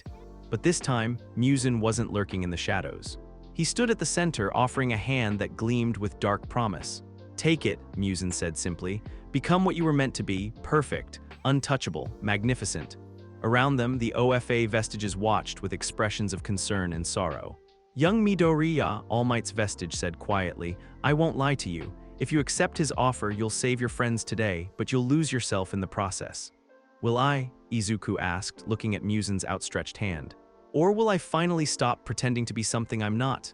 You are not a monster, the first user said firmly. You carry the genetics of one, but you are not defined by your biology. Genetics are everything, Muzan countered. Everything else is just wishful thinking. But as the debate raged around him, Izuku found himself thinking about something else entirely. Uraraka bringing him breakfast when everyone else avoided him. Bakugo sitting with him in the cafeteria when he had nowhere else to go. His entire class volunteering to face this danger together rather than let him go alone. None of that had been about power. None of that had been about his abilities or his genetics or what kind of monster he might become. It had been about choice. Their choice to stand with him and his choice to stand with them. I don't want to be perfect, Izuku said quietly. Muzan's expression shifted to confusion. What? Perfect means alone. Perfect means not needing anyone else. Perfect means not caring when other people get hurt. Izuku looked directly at the demon who had haunted his dreams for weeks. I don't want to be that. Then you choose to watch your friends die for your sentimentality? No, Izuku said, and his voice carried a certainty that surprised even him. I choose to trust them. Back in the physical world, the battle was going badly. Dr. Akuma had adapted to their individual fighting styles, countering each student's abilities with predatory efficiency. Worse, the hostages were deteriorating rapidly. Several had stopped moving entirely, while others were convulsing as their artificially enhanced biology finally collapsed. Izuku was barely standing, his body racked with pain from the UV exposure. His healing factor had shut down completely, leaving him as fragile as any normal human. His shape-shifting abilities were gone, reduced to random spasms that caused more harm than help, but his mind was clearer than it had been in weeks. Everyone, he called out, his voice carrying despite the chaos. Formation 7. Formation 7 was something they'd practiced during their early training, a coordinated assault pattern that relied on precise timing and absolute trust. It was also a formation that assumed he would be the primary attacker while everyone else provided support. Deku, Bakugo panted, dodging another of Dr. Akuma's acid strikes, you can barely stand. How are you supposed to? I'm not, Izuku interrupted. You are. The words hung in the air for a moment as his classmates processed what he was suggesting. You want us to attack while you provide support? Ida asked, confusion clear in his voice. I want you to be the heroes, Izuku said simply. All of you, together. Madness, Muzan snarled in his mind. Without your abilities, you're useless. A liability. Sometimes, All Might's vestige said quietly, the greatest strength is knowing when to step back. What followed was the most beautiful piece of coordination Izuku had ever seen. Todoroki created ice barriers that didn't attack Dr. Akuma directly, but instead channeled his movement into predictable patterns. Yaoyorozu produced not weapons, but restraints, nets and cables that couldn't hurt the enhanced villain but could slow him down. Bakugo used his explosions not for maximum damage, but for precision strikes that disrupted Dr. Akuma's balance at critical moments. Ida employed his speed not to attack, but to position other team members exactly where they needed to be. Uraraka made strategic objects weightless, not Dr. Akuma himself, which his enhanced biology could counter, but pieces of the environment that could be repositioned to create advantages. And Izuku, despite his failing abilities, served as the coordinator.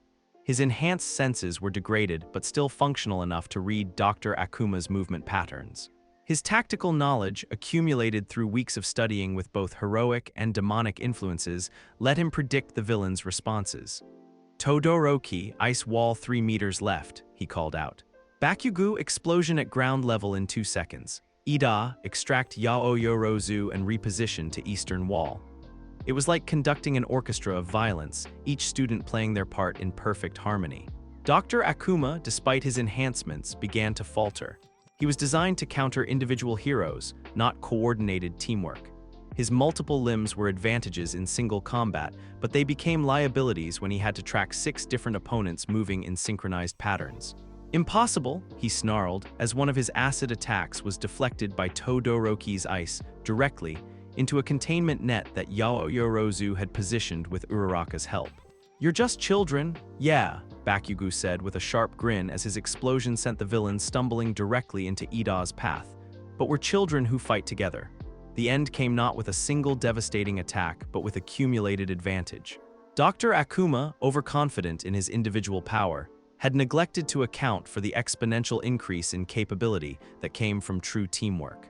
Restrained by Yaoyorozu's nets, disoriented by Bakugo's precisely timed explosions, slowed by Todoroki's ice, and constantly repositioned by Ida's speed and Uraraka's gravity manipulation, he finally made the mistake they'd been waiting for. He exposed his back. The attack that brought him down was simplicity itself. Uraraka made him weightless for just a moment, Ida provided the momentum, and Bakugo delivered a focused explosion that sent the villain crashing through the chamber's reinforced floor. Dr. Akuma didn't get back up. The rescue operation was a mixture of triumph and tragedy. Of the 30 hostages, they saved 18. The others had deteriorated too far for even Recovery Girl's abilities to help, their artificially enhanced biology finally failing in ways that no medical science could reverse. But 18 lives saved was 18 more than anyone had expected when the operation began. As emergency medical teams flooded the facility and the morning sun climbed higher in the sky, Izuku finally allowed himself to collapse. The UV exposure had pushed his enhanced biology beyond its breaking point. His cellular structure was damaged in ways that would take weeks to fully heal, assuming it healed at all. For the first time since his abilities had manifested, he felt completely, utterly human. It should have been terrifying. Instead, it was oddly liberating. You chose poorly, Muzan observed, though his mental voice lacked its usual conviction. Did I? Izuku thought back, watching his classmates coordinate with the rescue teams with the efficiency of seasoned professionals. You could have ended this instantly. You could have saved everyone without risk. At the cost of becoming something they'd have to fear forever. Muzan was quiet for a long moment. When he spoke again, his voice carried something that might have been respect. Perhaps, he said slowly, there is strength in restraint after all. Deku, Uraraka's voice cut through his internal conversation. She was kneeling beside him, her face streaked with dirt and concern. Are you okay? You look terrible. I feel terrible, he admitted with a weak smile. But we did it. We saved them. We didn't do anything, she said firmly. You coordinated that entire operation. You turned us from a bunch of individuals into an actual team. Around them, the rest of Class 1A was gathering. Tired, battered, but undeniably triumphant. Not bad for a bunch of first years, Bakugo said, dropping down beside them with a grunt of exhaustion. Though next time, Deku, maybe warn us before you decide to play chess with a monster. Next time, Izuku said quietly, I'll trust you guys from the beginning. The words carried more weight than any of them realized. In the vestige space of his mind, 8 heroic voices murmured approval, while one demonic presence acknowledged defeat with something that might have been grace. As the medical teams prepared to transport him for treatment, Izuku caught sight of the morning sun streaming through the damaged dome. UV light that had been his enemy just hours before now felt warm and welcoming on his skin. For the first time since this entire ordeal began, he wasn't afraid of the light. You have chosen your path, Muzan said quietly. I hope it serves you well. It will, All Might's vestige replied with certainty, because he won't be walking it alone. In the distance, sirens wailed as the city began the long process of recovering from the night's attacks. But here, in this moment, surrounded by friends who had chosen to stand with him despite every reason to run, Izuku Midoriya finally understood what it meant to be a hero. Not perfect, not alone. Not defined by the monsters he carried in his blood, just someone who chose to trust others and was trusted in return. Recovery was a slower process than Izuku had expected. The UV exposure had damaged his enhanced biology in ways that conventional medicine couldn't address, leaving him in a specialized medical wing at UA that felt more like a research facility than a hospital room. Monitors tracked everything from his cellular regeneration rate to the neurochemical balance affected by his vestige integration. But for the first time in weeks, the monitoring felt protective rather than threatening. "Cellular structure is stabilizing," Recovery Girl reported, reviewing his latest test results with the kind of professional satisfaction that suggested good news. "The UV damage was extensive, but your body is adapting rather than just healing. Fascinating stuff." "Adapting how?" Izuku asked, though he wasn't sure he wanted to know. "Your enhanced biology is developing tolerance mechanisms. Not immunity, you'll always be vulnerable to intense UV exposure, but your cells are learning to function under moderate sunlight without complete shutdown." She made notes on her clipboard. "It's like your body decided that hiding from the sun wasn't a viable long-term strategy." Through his window, Izuku could see actual sunlight streaming across the UA campus. Not the harsh, artificial UV that had nearly killed him, but normal, warm daylight that no longer made his skin crawl with instinctive fear. "Interesting," Muzan observed, though his mental voice had changed over the past few days. "Less commanding, more contemplative. It seems we are evolving beyond my original limitations." "That's what happens when you choose growth over perfection," Nana Shimura's vestige replied gently. The dynamic in the vestige space had shifted dramatically since the siege. Muzan was still there, still offering his perspective on power and survival, but he no longer dominated the conversation. Instead, he'd become just another voice among many, influential but not controlling. A knock at the door interrupted his medical review. "Come in." He expected to see one of his classmates. They'd been taking shifts visiting him, making sure he was never alone for more than a few hours. Instead, Principal Nezu entered, followed by All Might and several people Izuku didn't recognize, but who carried themselves with the authority of government officials. "Midori Yakun," Nezu said with his usual cheerful demeanor, though Izuku could detect undercurrents of serious business. "How are you feeling?" "Better, sir. Stronger every day." "Excellent. Because there are some people who would like to speak with you about recent events." The officials introduced themselves with titles that made Izuku's head spin: Director of Quirk Safety Assessment, Special Advisor on Enhanced Biology Threats, Representative from the Hero Public Safety Commission. But their questions were straightforward enough. They wanted to understand what had happened during the siege. Not just the tactical details, but the psychological and biological aspects of his decision-making process. "The footage from the facility shows remarkable restraint under extreme duress," one official noted, reviewing tablet data. "You had multiple opportunities to use what our experts classify as overwhelming force solutions, but you consistently chose collaborative approaches instead." "My classmates are capable heroes," Izuku said simply. "It made sense to let them do what they do best. Even when your own abilities were failing, even when the simpler solution would have been to embrace more extreme capabilities." The question was delicately phrased, but Izuku understood what they were really asking. They wanted to know if he could be trusted to make the same choice again when faced with similar circumstances. "Tell them the truth," All Might's vestige suggested. "The truth is that you will always have the capacity for both approaches," Muzan added. "The question is which one serves your purposes better." "I'll always have access to more dangerous abilities," Izuku said carefully, "but I'll also always have friends who can help me find better solutions. As long as that's true, I'll keep choosing the harder path." The officials exchanged glances, and Izuku caught fragments of whispered conversation about acceptable risk levels and ongoing monitoring protocols. "There will be conditions," the HPSC representative said finally. "Regular psychological evaluations, medical monitoring, and immediate reporting of any significant changes in your abilities or mental state." "I understand. There will also be opportunities," Nezu added with a small smile. "The archive has requested formal integration with UA's curriculum. Students with unusual biological quirks will have access to specialized training and support systems. And," All Might said, his voice carrying quiet pride, "there will be recognition. What Class 1A accomplished during the siege has changed how people think about cooperative heroism." The public reaction had been everything Izuku had hoped for and nothing like he'd expected. The footage of the siege, captured by security cameras and news drones that had followed the emergency response, showed something the media had never seen before. Not individual heroes showing off their quirks, but a coordinated team using precise tactics and mutual support to overcome a superior opponent.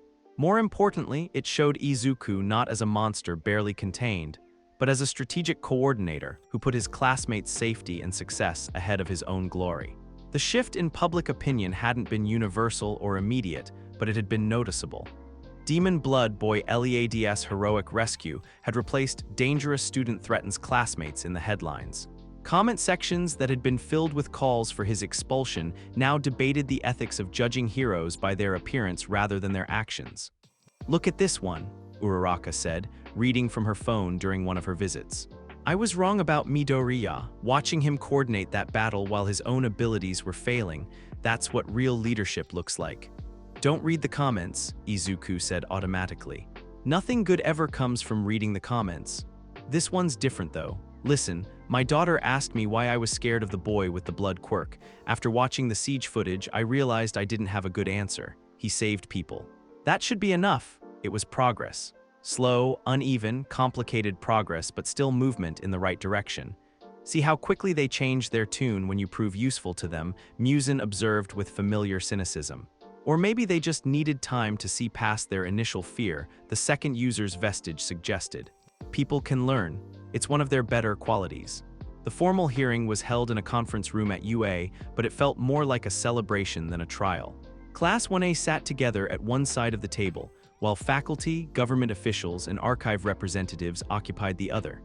The atmosphere was serious but positive, focused on establishing new protocols rather than assigning blame. "The integration of archive resources with UA's curriculum will begin next semester," Dr. Yuzui announced, looking more like a kindly researcher than the tactical operative who'd coordinated the siege response. "Students with enhanced biology quirks will have access to specialized training, medical support, and historical context for their abilities." "What about the synthetic demon research?" Yaoyorozu asked. "Is there a risk of other facilities like Dr. Akuma's?" "The investigation is ongoing," the HPSC representative replied. "But the seizure of research materials and the elimination of key personnel has significantly disrupted any organized efforts. We're confident that the immediate threat has been neutralized." "For now," Muzan added quietly, "but humans are remarkably persistent when it comes to weaponizing power they don't understand." Izuku didn't disagree, but he also wasn't as worried about future threats as he might have been a few weeks ago.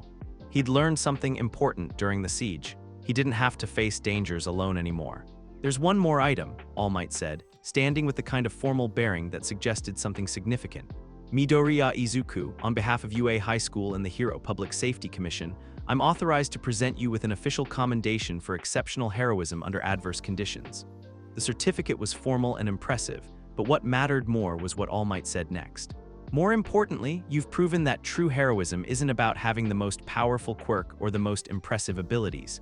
It's about making the right choices when those choices are difficult." "Inspirational as always," Muzan commented, though his tone lacked its usual sarcasm. "He's not wrong though," the first user's vestige observed. "Power without wisdom is just destruction waiting to happen." As the formal proceedings wrapped up and people began to leave, Izuku found himself alone with his classmates for the first time since the siege. They looked different somehow, more mature, more confident, more like the heroes they were training to become. "So," Kaminari said with a grin that was only slightly forced, "anyone else feel like we just survived something that's going to define the rest of our careers?" "Definitely," Jiru agreed. "I mean, how do you top defeated a mad scientist trying to create an army of artificial demons in your first year?" "By not having to do it again," Mineta said fervently. "Once was enough for a lifetime." Bakugo snorted. "Please, this is just the beginning. Now that everyone knows what we can do when we work together, they're going to expect us to handle the really weird stuff." "Are you okay with that?" Ida asked, directing the question specifically at Izuku. "Being the team that gets called for unusual biological threats?" Izuku considered the question seriously. A few weeks ago, the idea of being defined by his monstrous abilities would have horrified him. Now, though, it felt different. "As long as we're handling them together," he said finally. "I don't want to be the scary guy who works alone. I want to be part of a team that can handle anything. Even if some of those things are related to your heritage," Todoroki asked carefully. "They still fear what you might become," Muzan observed. "No," Izuku realized with sudden clarity. "They're asking if I trust them to handle it with me." Especially then, he said firmly. If I've learned anything from this whole experience, it's that the scariest monsters are the ones who think they have to face everything alone. That evening, Izuku sat in his dorm room, finally alone with his thoughts for the first time in days. The vestige space manifested around him without conscious effort, the crystallized starlight platform as familiar now as his own bedroom. 8 heroic figures stood in their usual positions, while one elegant demon observed from the shadows. But the dynamic had changed completely. So, Muzan said, stepping into the light with something that might have been resignation, you have chosen your path, fellowship over power, restraint over dominance, cooperation over perfection. I have, Izuku agreed, and I'm not sorry for it. I didn't expect you to be. Muzan's smile was complex, part acknowledgement of defeat, part genuine respect. I thought you would be weak. I thought your companions would abandon you when they saw what you truly were. I was incorrect. Does that mean you're going to stop trying to corrupt me? Muzan laughed, and for once the sound wasn't entirely unpleasant. Child, corruption implies leading you away from your true nature. But perhaps I have been the one who was confused about what that nature actually is. He gestured to the OFA vestages, who watched the conversation with expressions ranging from hopeful to cautious. These echoes of heroism have taught you something I never learned in centuries of existence, Muzan continued. That strength shared is strength multiplied. That power used to protect others is more satisfying than power used to dominate them. You could learn that too, the first user said quietly. It's not too late to choose a different path. Muzan considered this for a long moment. Perhaps, but not yet. For now, I will content myself with observing this grand experiment in cooperative heroism. Consider me an interested advisor rather than a corrupting influence. Can we trust him? Nana Shimura's vestige asked. We'll have to, All Might replied. He's part of who Izuku is, fighting that will only cause more problems. As the vestige space faded and Izuku returned to normal consciousness, he felt something he hadn't experienced since his abilities first manifested. Peace. Not because the dangers were gone, there would always be new threats, new challenges, new choices between easy power and difficult principle. But because he finally understood that he didn't have to face them alone. His phone buzzed with a message from the Class 1A group chat. Uraraka, movie night tomorrow. I picked up some of those protein bars you like. Bakugo. If we're doing movie night, I'm picking the movie. No more of Kaminari's terrible sci-fi garbage. Kaminari. Hey, that movie had great special effects. Todoroki. I'll provide refreshments that don't require extensive cleanup afterward. Ida. Excellent. Group bonding activities are essential for maintaining team cohesion. Izuku smiled and typed back, sounds perfect. Thanks, everyone. Outside his window, the sun was setting over UA's campus, painting everything in warm colors that no longer made his enhanced senses scream danger. Tomorrow there would be classes, training, and probably some new crisis that required heroes to solve it. But tonight, he was just a teenager planning to watch movies with his friends. This is what you chose, Muzan observed quietly. Yes, Izuku said aloud, and I'd choose it again. In the distance, unseen and undetected, a figure watched UA through high-powered binoculars. All for one's interest in the young hero with the ancient bloodline was far from satisfied, and new plans were already taking shape in the darkness beyond the school's walls. But that was a problem for another day. Tonight, Izuku Midoriya was exactly what he'd always dreamed of being. A hero among heroes, powerful enough to face any threat, but wise enough to know he never had to face them alone. The boy who carried the blood of monsters had chosen to become something better, something human, something heroic, something new. From monster to hero through the power of friendship, but make it actually earned and heartbreaking. Deku choosing his friends over perfect power, chef's kiss. What got you the most? The training disaster, that insane blood-breathing moment? Or the final battle where he basically became a tactical genius instead of a one-man army? Let me know below. Subscribe for more What If madness and drop your own crazy crossover ideas in the comments. Catch you in the next one.